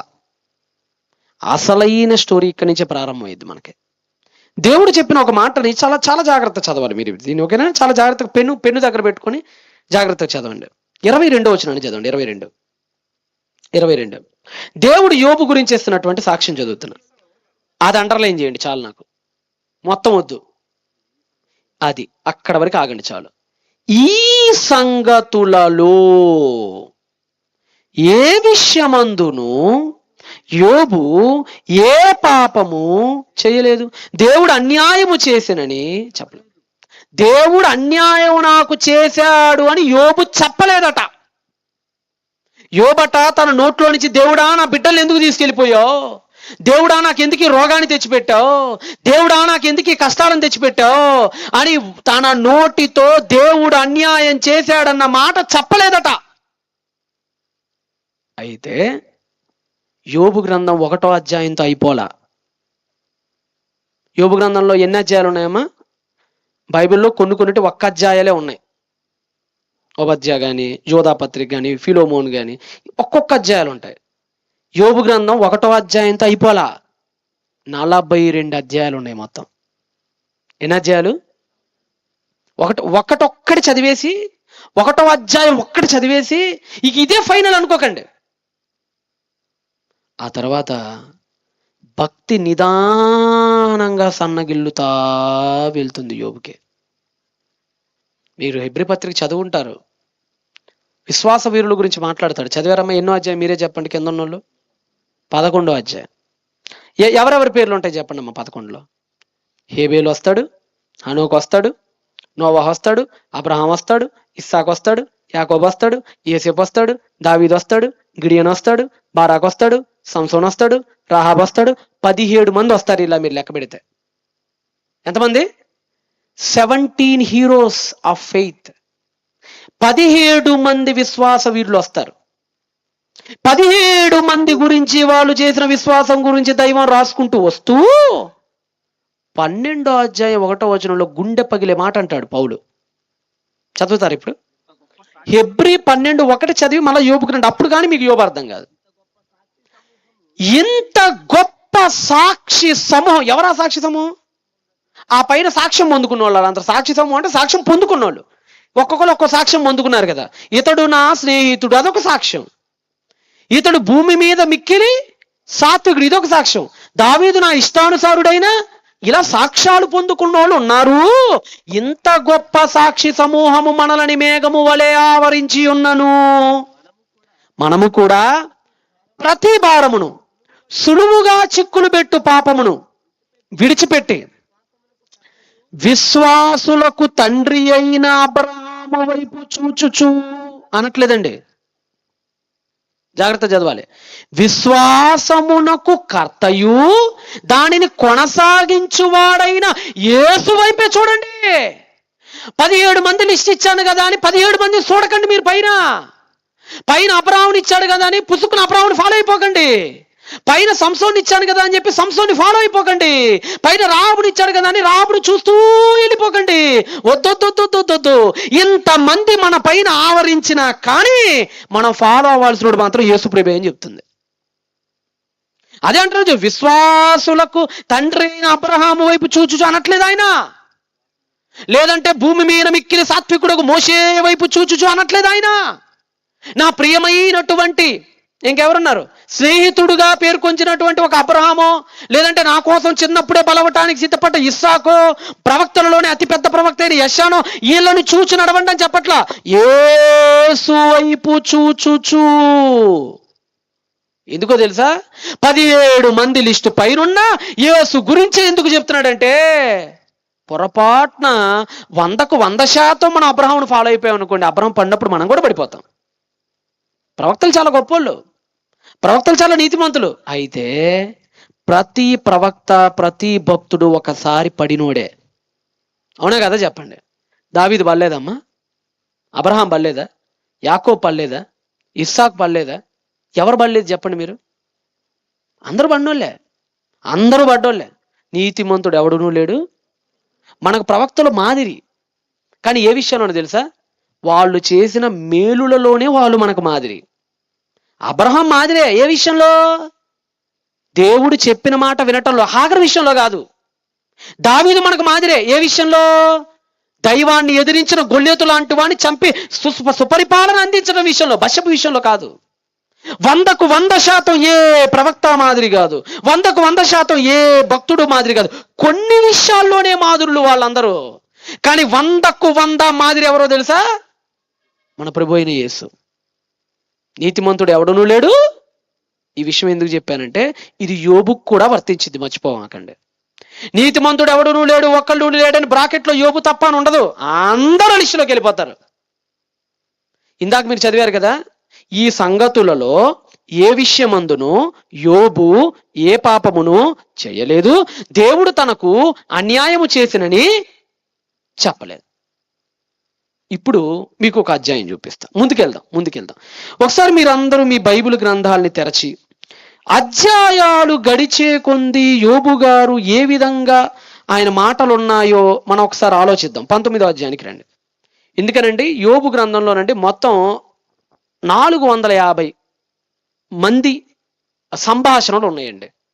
ఎన్ని సంభాషణలు? ఎందుకంటే యోబు గ్రంథాన్ని చదివేటప్పుడు కాస్త మిగతా గ్రంథాల కంటే జాగ్రత్తగా ఉండాలి. ఎందుకంటే యోబు గారి మాటలు ఉంటాయి దానిలో, సాతాను గారి మాటలు ఉంటాయి దానిలో, దేవుడి మాటలు ఉంటాయి దానిలో, యోబు స్నేహితులైన బెల్దద్ మాటలు ఉంటాయి, ఇంకా ఎలీఫజ్ మాటలు ఉంటాయి, ఇంకా జోఫర్ మాటలు కూడా ఉంటాయి. ఒక్కొక్కరికి 2-3 అధ్యాయాలు కూడా ఉంటాయి కొన్నిసార్లు. కాబట్టి యోబు గ్రంథం చదివేటప్పుడు అన్ని యోబువి కావు. ఆ గ్రంథంలో ఆ అధ్యాయంలో యోబు చెబుతున్నాడా లేదా అని 1-2 సార్లు చూసుకొని చదవాలి. కాబట్టి మీరు కూడా నీ చెప్పానని చదివేయకండి, చూసుకొని చదవండి అవి ఎవరి మాటలో. 19వ అధ్యాయానికి రండి. ఫస్ట్ యోబు గ్రంథం 19 మొదటి వచనం చదవండి అమ్మ. ఎవరి మాటలో? అంతటా యోబు ఈలాగున అంటే ఎవరి మాటలు ఇవి? పక్కన దెర్ ఇస్ నో డౌట్ లేదు కదా, రైట్. 6వ వచనం చదవండి ఇప్పుడు. 6వ వచనం చదవండి ఇప్పుడు. అలాగైతే దేవుడు నాకు అన్యాయము చేసెననియు తన వరలో చిక్కించుకొనుననియు మీరు తెలుసుకోవాలి. దేవుడు నాకు అన్యాయం చేశాడు. ఎవరన్నారు ఈ మాట? బెల్దద్ అంటున్నాడండి కొంప తీసి? కాదండి, జోఫర్ అనట్లేదండి ఆ మాటలో, సాతాను కూడా పలకట్లేదండి ఆ మాటలో. సాక్షాత్తు యోబు పలుకుతున్న మాటలు. ఏమంటున్నాడు తెలుసా యోబు? దేవుడు నాకు అన్యాయం చేశాడు. అదేంటి మరి 1వ అధ్యాయం చివరిలో దేవుడు తనకు అన్యాయము చేసినని యోబు చెప్పలేదు అంటున్నాడేంటి? అందుకనే మిమ్మల్ని ఒక వాడు అండర్లైన్ చేసుకోమన్నా. అది సంగతి. ఈ సంగతుల్లో చెప్పలేదు అంటే 1వ అధ్యాయం వరకు తనకి ఎదురైన సంఘటనల్లో మాత్రం అనలేదన్నమాట. అంతేగాని 42 అధ్యాయంలో అనలేదని కాదు దాని అర్థం. అన్నాడు. 19వ అధ్యాయం 6వ వచనంలో చాలా క్లియర్ గా అనేసాడు, దేవుడు నాకు అన్యాయం చేశాడు అని మీరు తెలుసుకోవాలి అనేసాడండి. గబక్కన జారాడు నోరు. 21వ అధ్యాయానికి రండి. ఎందుకంటే మనం సమయాన్ని బట్టి కొన్ని మాట్లాడుకుందాం, కొన్ని ముందుకెళ్ళిపోదాం. 21వ అధ్యాయము 7వ వచనం చదవండి. 7 9 సరే 7 బాగుంటుంది, చదవండి. భక్తిహీనుల యాల బ్రతుకుదురు, వారు వృద్ధులై బలాభివృద్ధి యాల నుందుదురు, వారు ఉండగానే వారితో కూడా వారి సంతానము చూచుచుండగా కుటుంబములు స్థిరపరచబడి. జాగ్రత్తగా చదవండి. అక్కడ ఏమన్నాడు తెలుసా? దేవా నేనేం తప్పు చేశా? భక్తిహీనులు బాగా బతుకుతున్నారు కదా, నన్నెందుకయ్యా ఇలా ఇబ్బంది పెడుతున్నా? భక్తిహీనుల సంతానాలు చక్కగా చూసుకుంటూ మనవళ్ళతో మనవరాలతో హ్యాపీగా గడుపుతున్నారు కదా, వారి కుటుంబములు స్థిరపరచబడుతున్నాయి కదా, నా కుటుంబం ఎందుకయ్యా చితికిపోయింది? నేనేం అన్యాయం చేశానయ్యా? ఇంకా కింద చదవండి. వారి కుటుంబములు భయం ఏమీ లేదే, మరి నా కుటుంబానికి ఎందుకయ్యా ఇన్ని భయాలు కమ్మేసిని? వాళ్ళు క్షేమంగా ఉన్నారు కదా, నేనేంటయ్యా క్షామంలో అల్లాడిపోతున్నాను? దేవుని దండం వారి మీద పడట్లేదు, నా మీద ఎందుకు వేసావయ్యా నువ్వు ఆ దండాన్ని? వారి గొడ్లు దాటగా తప్పక చూలు కలిగిన నా గుట్లు ఎందుకయ్యా చంపేసావు నువ్వు? వారి గుట్లు చూడే చూలు అంటే అర్థం ఏంటండి? ఇంటర్ కోర్స్ చేసుకుంటున్నాయి చక్కగావి, కానీ నా గుట్లు ఏం చేసి బుడిద కుప్పలుగా మార్చేసావే. ఇంకా వారి ఆవులు ఈచుకపోక ఈరును గర్భవతులైపోతున్నాయే, నాకేంటయ్యా ఈ గర్భశోకం మిగిల్చావు? వారు తమ పిల్లలను మందలుగా పంపుదురు, వారి పిల్లలు అయ్యా దేవా నటనం చేసే వారి పిల్లలు బాగున్నారే, నీ కోసం ప్రతిరోజు అరుణోదయమున లేచి ఒక్కొక్కటి నిమిత్తం దహనబలి అర్పించేవాడిని, నా పిల్లల్ని ఎందుకయ్యా చంపేశావు? మీరు ప్రతి అధ్యాయాన్ని జాగ్రత్తగా చదవండి. 1వ అధ్యాయంలో ఉన్న పర్ఫెక్ట్నెస్, 1వ అధ్యాయంలో ఉన్న విశ్వాస తీవ్రత అధ్యాయాలు గడిచే కొంది క్షీణిస్తూ క్షీణిస్తూ క్షీణిస్తూ క్షీణిస్తూ దైవాన్ని ప్రశ్నిస్తూ ప్రశ్నిస్తూ 14 పదునైన ప్రశ్నలు విసురుతాడు దైవానికి. మొత్తం యోబు గ్రంథంలో 91 ప్రశ్నలు ఉంటాయి మీరు బాగా చదివితే. ఎన్ని ప్రశ్నలు? 91 క్వశ్చన్ మార్క్స్ ఉంటాయి. ఏ పుస్తకంలో ఇన్ని క్వశ్చన్ మార్కులు మీకు ఉండవు. 91 క్వశ్చన్ మార్క్స్ యోబు గ్రంథంలో ఉంటే 14 క్వశ్చన్స్ యోబు దేవుడికి వేస్తాడు. ఎందుకో తెలుసా? నాకెందుకు ఇలా చేసావు?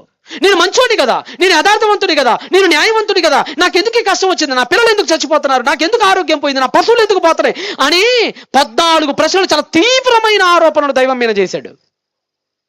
దేవుడు వింటున్నాడు. ఇంకా చాలా ఉన్నాయి, కానీ నేను ఇంకా సమయం ఎందుకులో ఎక్కువైపోద్దని చెప్పట్లేదు. ఈ 2 విషయంలోనే కాదు, 9వ అధ్యాయంలో ఉంటాయి, 3వ అధ్యాయంలో ఉంటాయి, 6వ అధ్యాయంలో ఉంటాయి, 18వ అధ్యాయంలో ఉంటాయి. అధ్యాయానికి 10 ఉంటాయి మీరు జాగ్రత్తగా చదివితే. కానీ సమయం లేక ఏదో 1-2 చూపించి దీన్ని స్కిప్ చేస్తున్నాయి ఈ మ్యాటర్ని.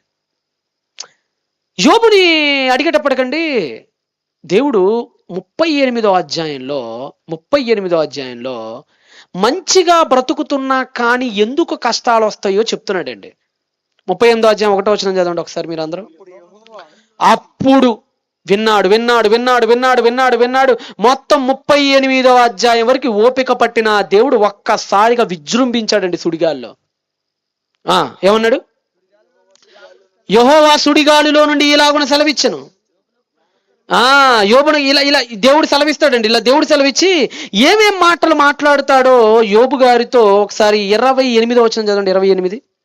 నీ చెప్పిన వచనాలు టకటకా చదవాలి. మీరు లేటుగా చేస్తే కుదరదు, టకటకా చదవాలి. రైట్, చదవండి. 28వ వచనం చదవండి. వర్షమునకు తండ్రి ఉన్నాడా యోబో? Who is father of rain? Do you know about that? నీకు తెలిస్తే నాకు చెప్పు. వర్షానికి తండ్రి ఎవరు నువ్వు నాకు చెప్పు. మంచు బిందువులు ఎవడు పుట్టిస్తాడు నీకేమైనా ఐడియా ఉందా మిస్టర్ జోబ్? తెలిస్తే చెప్పు. 34వ వచనం. జలరాశులు నిన్ను కప్పునట్లు మేఘంలోకి నీవు ఆజ్ఞ ఇవ్వగలవా మిస్టర్ జోబ్? చెప్పు, నాకు చెప్పు. 39వ అధ్యాయం 1వ వచనం చదవండి. 39:1. అందుకని నా ఫాస్ట్గా ఉండాలండి. అడవిలోని కొండ మేకలు ఈనుకాలు నీకు తెలుసా యోబ్? నీకేమైనా తెలుసా? నీకేమైనా ఐడియా ఉందా? చెప్పు, తెలిస్తే నాకు చెప్పు. లేళ్ళు పిల్లలు వేయ కాలం గ్రహించగలవు. నీకేమైనా తెలుసా? లేళ్ళు ఎప్పుడు పిల్లలు కాళ్ళు పెట్టి నడుస్తాయి తెలుసా? తెలిస్తే చెప్పు నాకు ఒకసారి. 9వ వచనం. 9. గురుపోతు నీకు లోబడేటికి సంబంధించిన ఏమైనా తెలుసా? నాకు చెప్పును. 13వ వచనం చదవండి. నిప్పుకోడి సంతోషము చేత రెక్కలను ఆడించిన నీకు ఉష్ట గురించి ఏమైనా ఐడియా ఉందా మిస్టర్ జోబ్? ఒకవేళ తెలిస్తే నువ్వు నాకు చెప్పు. 26వ వచనం చదవండి. డేగ నీ జ్ఞానము చేత ఎగురున నీకు గ్రద్ద గురించి ఏమైనా ఐడియా ఉందా? నాకు చెప్పు. మొత్తం అండి 77 ప్రశ్నలతో పట్ట బుల్లెట్ల వర్షం కురిపిస్తాడండి దేవుడు. యోబుకి ఏం అర్థం కాదు. అసలు యోబు అడిగిన ప్రశ్నలేమో నేనేం తప్పు చేయలేదు కదా, నాకెందుకు ఇలా శిక్షిస్తున్నావు అని యోబు అడుగుతుంటే దేవుడు దానికి ఏం చెప్పాలా? సర్లేరా, ఇదిగో ఇది కారణం అది కారణం అని చెప్పాలి. అట్టానట్లా గురుపోతు నీకు లోబడునా అంటాడు. నక్షత్రాలు నువ్వేమైనా పెట్టావా అంటాడు. సరే, మీకు అర్థమయ్యే నేటివ్ భాషలో చెప్పనా? ఏనుగు ఎంతలా ఉండాలో నిన్ను అడిగి నేను చేశానా? సింహం ఎలా గర్జించాలో నువ్వు నాకు చెప్తే నీ దాని స్వరపేటికలో సెట్ చేశానా? కుక్కకి ఎన్ని కాళ్ళు ఉండాలో, గుర్రం ఎలా పరిగెత్తాలో, జింక ఏ ఆకృతిలో ఉండాలో, రైనోకి ఎన్ని కొమ్ములు ఉండాలో, తేలుకి విషం ఎక్కడ ఉండాలో, పాముకి కోరలు ఎక్కడ ఉండాలో, బల్లి గోడ మీద ఎలా పాకాలో, గ్రద్ద ఆకాశంలో ఎలా ఎగరాలో నిన్నడిగి చేశానా? మిమ్మల్ని అడుగుతున్నా, ఇవన్నీ మనల్ని అడిగి దేవుడు చేశాడా? మీరు చెప్పండి అమ్మా. యోబు గారి తర్వాత సంగతి ముందు మీరు చెప్పండి అమ్మా. నాకు ఇప్పుడు దాకా నేను చెప్పినవన్నీ గొంతు అరిసిపోయేటట్టు నేను చెప్పినవన్నీ దేవుడు నన్ను అడిగి చేశాడా, అడగకుండా చేశాడా? నేను అడిగాడు, అరే ఏనుగు చేద్దాం అనుకుంటానరా, మరి ఎంత ఎత్తు పెడతాను నీకు ఓకేనా అని అడిగేమని చేశాడా? చేయలేదే. అరే మరి దోమలు చేద్దాం అనుకున్నారు, అప్పుడప్పుడు కొడతాయి, మరి ఏం చేద్దాం అంటావు, నిన్ను అడిగి చేద్దామని ఆగుతున్నాను ఇక్కడ అని ఏమన్నా అడిగి చేశాడా? ప్రపంచంలో దేవుడు ఎవరిని అడగకుండానే అన్నిటినీ చేశాడు. దేవుడి సమాధానం ఇదే. మీకు అర్థం కాదేమో, ఇప్పుడు చెప్తాను నేనండి.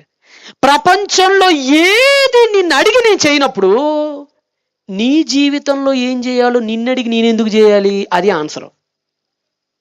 అర్థమైంది? మళ్ళా చెప్పమంటారా? ప్రపంచంలో ఏది నిన్ను అడిగి చేయనప్పుడు నీ జీవితంలో ఎప్పుడు ఏం చెయ్యాలో నిన్నడిగి నీ పర్మిషన్తో ఎందుకు చేయాలి? నా ఇష్టం. That's my wish. ఎందుకో తెలుసా? I'm creator, you are my creation. నువ్వు సృష్టికర్తను, నువ్వు నా సృష్టివి. మీకు అర్థమయ్యేటట్టు చెప్పాలంటే ఒక విషయం చెప్తా. తప్పు పడతారేమో దేవుణ్ణి. కాదు, ఆగండి, తొందరపడకండి. ఉదాహరణకి చెప్తా. ఒక సాలెవాడు ఉన్నాడండి. సాలెవాడు అంటే ఎవరమ్మా? బట్టలు నేసేవాడు. పద్మశాలి అని సామాజిక వర్గం, చాలా మంచి వృత్తి, మంచి సోదరులు వాళ్ళు. మీకు ఎందుకు ఈ ఎగ్జాంపుల్ తీసుకున్నానంటే, ఒక సాలెవాడు ఉన్నాడు. సాలెవారు బట్టలు నేస్తారు, చీరలు. ఇప్పుడు మీరు కట్టుకున్న చీరలన్నీ అమ్మ సాలెవారు నేసిన చీరలే. ఇప్పుడంటే ఫ్యాక్టరీస్ వచ్చినాయి, కుల వృత్తులన్నీ అందరూ చేస్తున్నారు, అది వేరే విషయం. నేను సహజ భాషలో మాట్లాడుతున్నా. సాలెవారు నేశారు. సాలెవారు నేసేటప్పుడు మీరు ఎప్పుడైనా చూడండి, చట్రం ఉంటుంది వాళ్ళకి. మీకు అర్థమయ్యేటట్టు చెప్పాలంటే, గాంధీ గారు ఖాదీ బండారు మీద ఉంటుంది, మీకు గుర్తుందా? గాంధీ గారు ఎదురు చక్రం పెట్టుకుని ఇలా తిప్పుతుంటాడు. గాంధీ గారు మన జాతిపిత తిప్పుతున్నప్పుడు ఆ చక్రమే, దాంతోనే దారాలన్నీ వాళ్ళు చక్కగా పేర్చి చీరగా, లుంగిగా, బట్టలుగా రకరకాలుగా మలుస్తారు వాళ్ళు. సాలెవారు దారాలని ఎలా మరచాలో దారాన్ని అడిగి మలుస్తారా? దారం దగ్గరికి వచ్చి, ఏ దారమా, నిన్ను మంచి పట్టు చీర చేద్దాం అనుకుంటున్నానే, నువ్వేమంటావు చెప్పు, నువ్వు ఏమన్నా అడుగుతాడా? చేసేస్తాడా? ఇంకో దారం దగ్గరికి వెళ్ళి, దారం అమ్మ నేను లుంగిగా చేద్దాం అనుకున్నా, నీకు ఓకేనా, పంచగా, అడుగుతాడా? దారం ఎప్పుడైనా ఫీల్ అయిందా? దేవా, అదే సాలెవారా, నా అదిగో ఆ దారపోగునేమో శరం చేసో, ఆవిడ శుభ్రంగా ఇస్త్రీ చేసుకొని బీరువాలో పెడుతుంది, నన్నేమో ఈ అయ్యగారి కింద పంచం చేసో, మనోడు బాంబుల మీద బాంబులు వేస్తున్నాడు, గబ్బు గబ్బు అయిపోతున్నాడు నేను లెగుతుంటే అని ఎప్పుడైనా ఫీల్ అయిందా? ఇంకో దారపోగొచ్చి, అయ్యా నన్ను చెయ్యికి చేయక టవల్గా చేసో, వాడు ఆ జలుబులో ఉన్న సకల దరిద్రాన్ని నాకే రాస్తున్నాడు, ఈడు లెగితే ముక్కులో పెడుతుంటాడు, ఈడి దగ్గర నన్ను ఎందుకు పడేసావయ్యా సాలెవారా అని ఏమన్నా సాలెవారి దగ్గరికి వెళ్ళి ఏమన్నా బాధపడిద్ది? అది పడిద్దా? పడదు. తుండు గుడ్డగా చేసిన, మసి గుడ్డగా చేసిన, ఫ్యాంట్గా చేసిన, లోపల వేసుకునే ఇన్నర్ వేరుగా లో దుస్తులుగా చేసిన, ఎలాగైనా మరిచే అధికారం ఎవరికి ఉంది? సాలెవారికి ఉంది. నేయబడిన దారం దాని పని అది చెయ్యాలి, అంతే.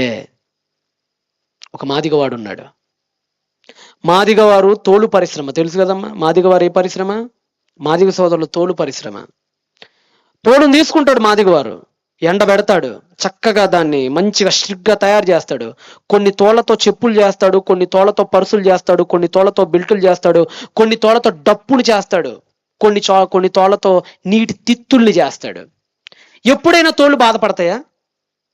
ఇప్పుడు పర్సు ఉంది కదా, ఇప్పుడు ఉదాహరణకి ఇదిగోండి, ఇది నేను మధ్యప్రదేశ్లో కొన్నా ఇది స్కిన్తో తయారు చేసిన పర్సు. బెల్ట్ కూడా ఉత్తరప్రదేశ్ లక్నో అటువైపు వెళ్ళినప్పుడు తీసుకున్నాను, నాకు నచ్చింది. ఇప్పుడు ఈ పర్సును చూసి ఎప్పుడైనా చెప్పు బాధపడిద్దా? ఏమయ్యా తోలు నీకు న్యాయమా, నువ్వు న్యాయమా చెప్పయ్యా మాదిగవారా, మీరు న్యాయమా ఇది? ఒక తోలునేమో పర్సును చేసో శుభ్రంగా డబ్బులు పెట్టుకున్నారు, దాంతో నన్నేమో కాలేసి తొక్కేస్తున్నాడు, పేడ పెంట మొత్తం నేనే తొక్కిసేస్తున్నానేడా, నన్ను కూడా పర్సుగా చేస్తే బాగుండేది కదా అని ఎప్పుడైనా చెప్పు బాధపడిందా? డప్పు ఎప్పుడైనా బాధపడిందా?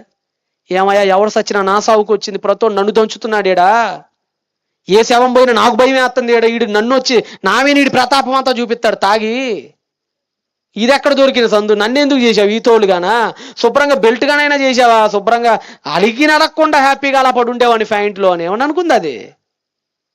కుమ్మరివాడు కొండను చేసేటప్పుడు అడగడు, కోజాన్ చేయాలా, కొండను చేయాలా, చేపలు వండుకునే మట్టి పాత్ర అడగడు.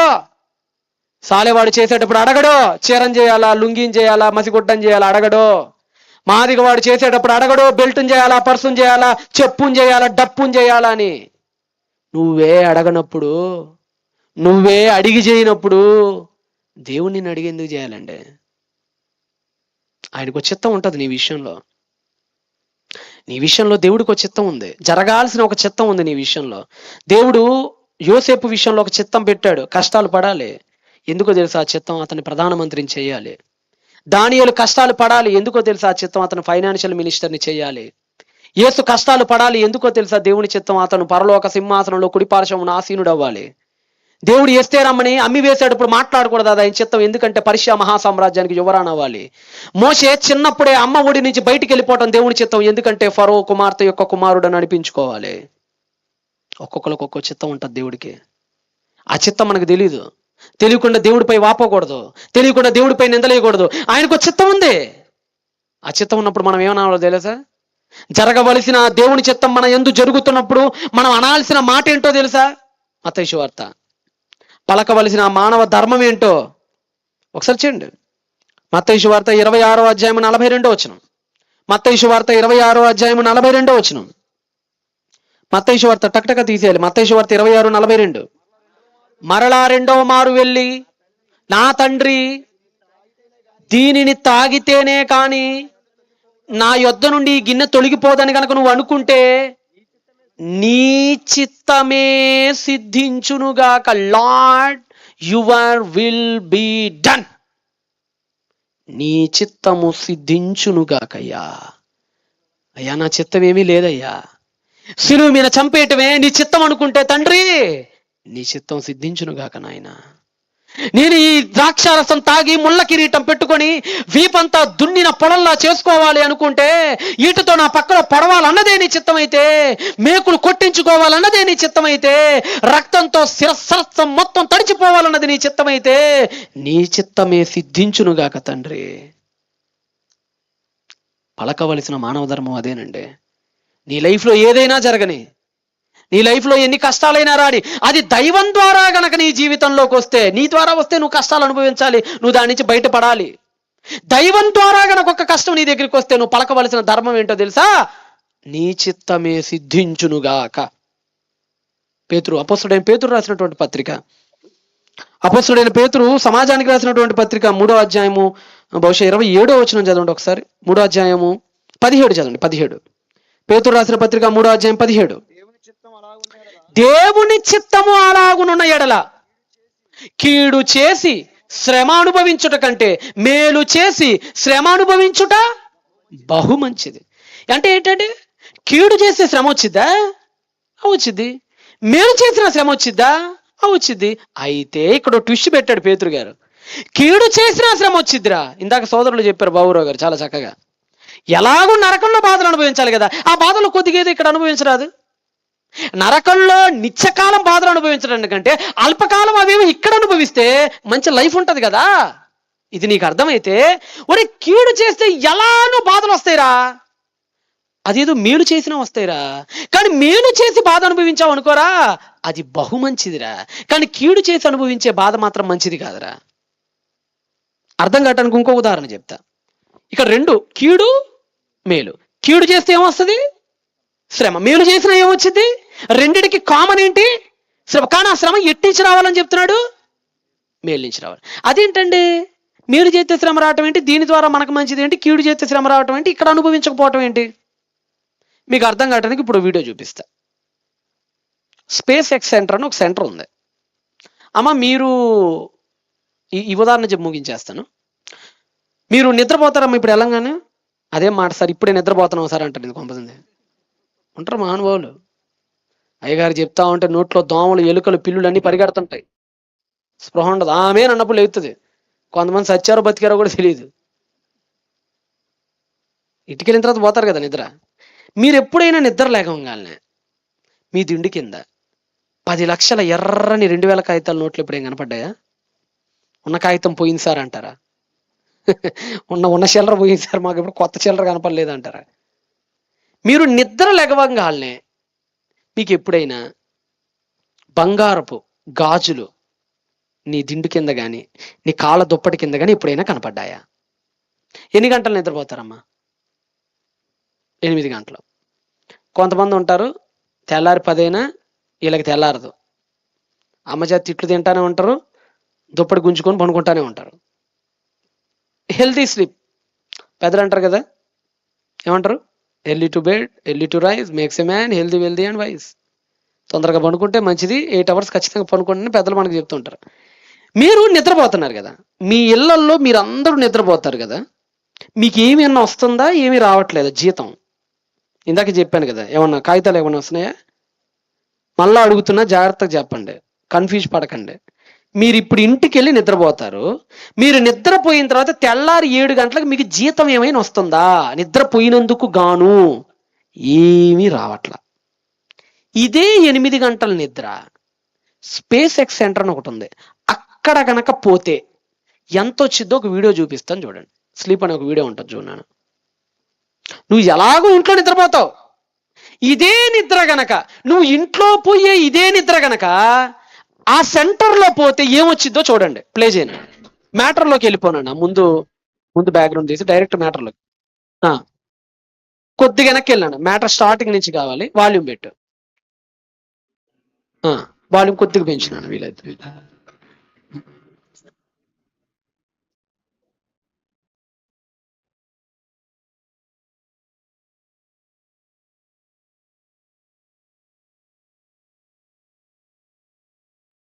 వాము ఎంతటా పాజిటివ్ పెట్టినాను, ఎంతటా మరొక్కసారి బిట్టు పెట్టినాను. నిద్రపోతే ఎంత జీతం అట, ఆ ఒక్క బిట్టు మళ్ళీ పెట్టినాను వెనక్కి వెళ్ళి.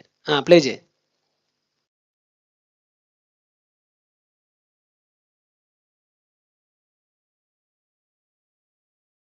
పర్లేదు,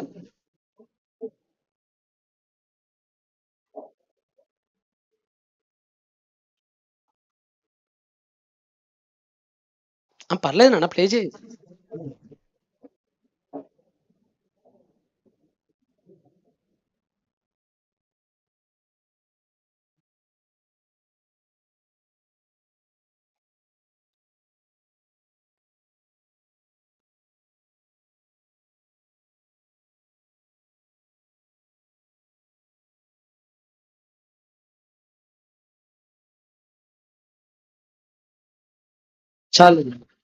చాలేనన్న మ్యాటర్ వచ్చేసింది. లైట్స్ ఆన్ చేయండి. హ్యాపీగా నిద్రపోతేనట ఎంత ఇస్తారట మా శాలరీ? 11 లక్షలు. పాపం మన సెక్యూరిటీ గార్డులు ఉన్నారు, వాళ్ళకి నిద్ర పోకపోతే 11,000. ఇదేం విచిత్రమో మరి. 12 గంటలు నిద్రపోకుండా కళ్ళ కింద ఎలా పెట్టుకొని ఉండాలి అగ్గిపొరలు, అలా పెట్టుకుంటే 11,000. కడుపు నిండా నిద్రపోయి గురకలు పెడితే 11 లక్షలు. ఏది కావాలి మరి మీకు? అక్కడ ఆడు ఏం చేశాడు చెప్పండి? ఆ స్పేస్ ఎక్స్ సెంటర్ ఆడేమైనా కష్టపడాలా? ఏం చేస్తే చాలాడు? నిద్రపోతే చాలు. ఎంతట? మరి నువ్వు నిద్రపోతే అమ్మ ముట్టికాయలు తప్ప ఏం రాదు నీకు. ఇదే నిద్ర మన ఇంట్లో పోతే రూపాయి రాదు, అదే నిద్ర అక్కడ పోతే 11 లక్షలు వస్తుంది. అక్కడ నిద్రే చెప్పాలి, అక్కడ నిద్రే ఇక్కడ నిద్రే. ఇక్కడ నిద్రకి 0, అక్కడ నిద్రకి 11 లక్షలు. ఇది మీకు అర్థమైతే చెడు చేసిన శ్రమే, మంచి చేసిన శ్రమే. చెడు చేస్తే వచ్చే శ్రమకి నీ ప్రతిఫలం 0, మంచి చేస్తే వచ్చే శ్రమకు నీ ప్రతిఫలం పరలోకం. 2 నిద్రలే కానీ ఆదాయం మారిపోయింది, 2 శ్రమలే కానీ ఫలితం మారిపోయింది. ఇది మీకు అర్థమైతే మనం పలకవలసింది అదే అంటున్నాడు పేతురు, ఇది ఇలాగున జరుగుట దేవుని చిత్తమైతే. అపోస్తల కార్యాల గ్రంథం ముగిద్దాం ఇక. అపోస్తల కార్యాల గ్రంథం 21వ అధ్యాయం 14, టకటక చదివేయాలి. అపోస్తల కార్యాల గ్రంథం 21వ అధ్యాయం 14.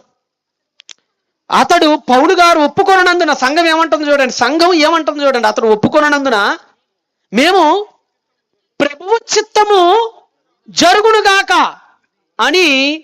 అది జీవితంలో ఏది జరిగినా ఈ మాట అంటాం, నేర్చుకోండి. ఏ మాట? ప్రభువు చిత్తం ఎలా ఉంటే అలా. ఇంట్లో సమస్యలు వచ్చినాయి అనుకో, అది దైవం ద్వారా నువ్వు మంచిగా బ్రతుకుతున్నందుకు కానీ వచ్చినాయి అనుకో, ప్రభు చిత్తం అలా ఉంటే జరగని అని బ్రదర్. దావీదు అదే అన్నాడు. షిమి రాళ్ళేస్తున్నాడు, వదిలేయండి రా, ప్రభు చిత్తం అలా ఉందేమో వదిలేయండి. సాధువుకు మందసాన్ని తీసుకుపోతాడు. రాజుల గ్రంథంలో సమూయేలు గ్రంథంలో ఉంటుంది, అది కూడా చదువుతారా ఒకసారి? సమూయేలు గ్రంథానికి రండి. మాటలో మాట అయిపోతుంది. సమూయేలు 2వ గ్రంథం 15వ అధ్యాయం 25. వెళ్ళిపోవాలి స్పీడ్గా. సమూయేలు 2వ గ్రంథం 15వ అధ్యాయం 25. అప్పుడు రాజు సాధోకును పిలిచి, దేవుని మందసమును రండి, ఎందుకంటే మందసాన్ని తీసుకొని చచ్చిపోతారని అనుకుంటున్నారు జనాలు, అందుకని దేవుని మందసాన్ని తీసుకొని రండి యెహోవా దృష్టికి నేను అనుగ్రహము గనక పొందితే దేవుడు నన్ను తిరిగి రప్పిస్తాడు, దాని తన నివాస స్థానమునకు నాకు చూపించును. లేదురా, దేవుడు అంటున్నాడు, దేవుడు గనక ఇష్టమైతే నన్ను బతకనిస్తాడు. అలా కాదురా, నీ యందు నాకు ఇష్టము లేదని ఆయన సెలవిచ్చిన ఎడల ఆయన చిత్తము నీ ఇష్టమైనట్టుగా నువ్వు చేసేయ్యా, నీ ఇష్టమైనట్టుగా నా ఎడల జరిగించే ప్రభువా. రాజు అంటున్నాడు. జీవితంలో ఎన్ని సమస్యలు వచ్చినా గుర్తుపెట్టుకోండి రాత్రి ఈ ప్రసంగాన్ని. మీ జీవితంలో ఎన్ని కష్టాలు వచ్చినా, అది ఆరోగ్యంగా కుమ్మ కూలిపోయినా, ఆర్థికంగా అప్పుల్లో కూరుకుపోయినా, అది దైవం కోసమే గనక నువ్వు ఈ శ్రమంలో గనక పడితే, ఎవరు ఎన్ని మాటలైనా అనేవండి, ఎవరు ఎన్ని రకాలుగానైనా నిన్ను దూషించండి, ఎవరు ఎన్ని రకాలుగా నిన్ను దైవానికి ద్రోహం చేయాలని చూడరియండి, యేసు పలికిన మాట, రాజు పలికిన మాట, సంఘం పలికిన మాట, పేతురు పలికిన మాట, ప్రభువు చిత్తము అలాగున ఉండని ఎడలా అట్లు జరగనిమ్ము. జరగవలసిన దేవుని చిత్తం, పలుకవలసిన మానవ ధర్మం. ఏంటా ధర్మం? God your will be done, నీ చిత్తమే సిద్ధించునుగాక.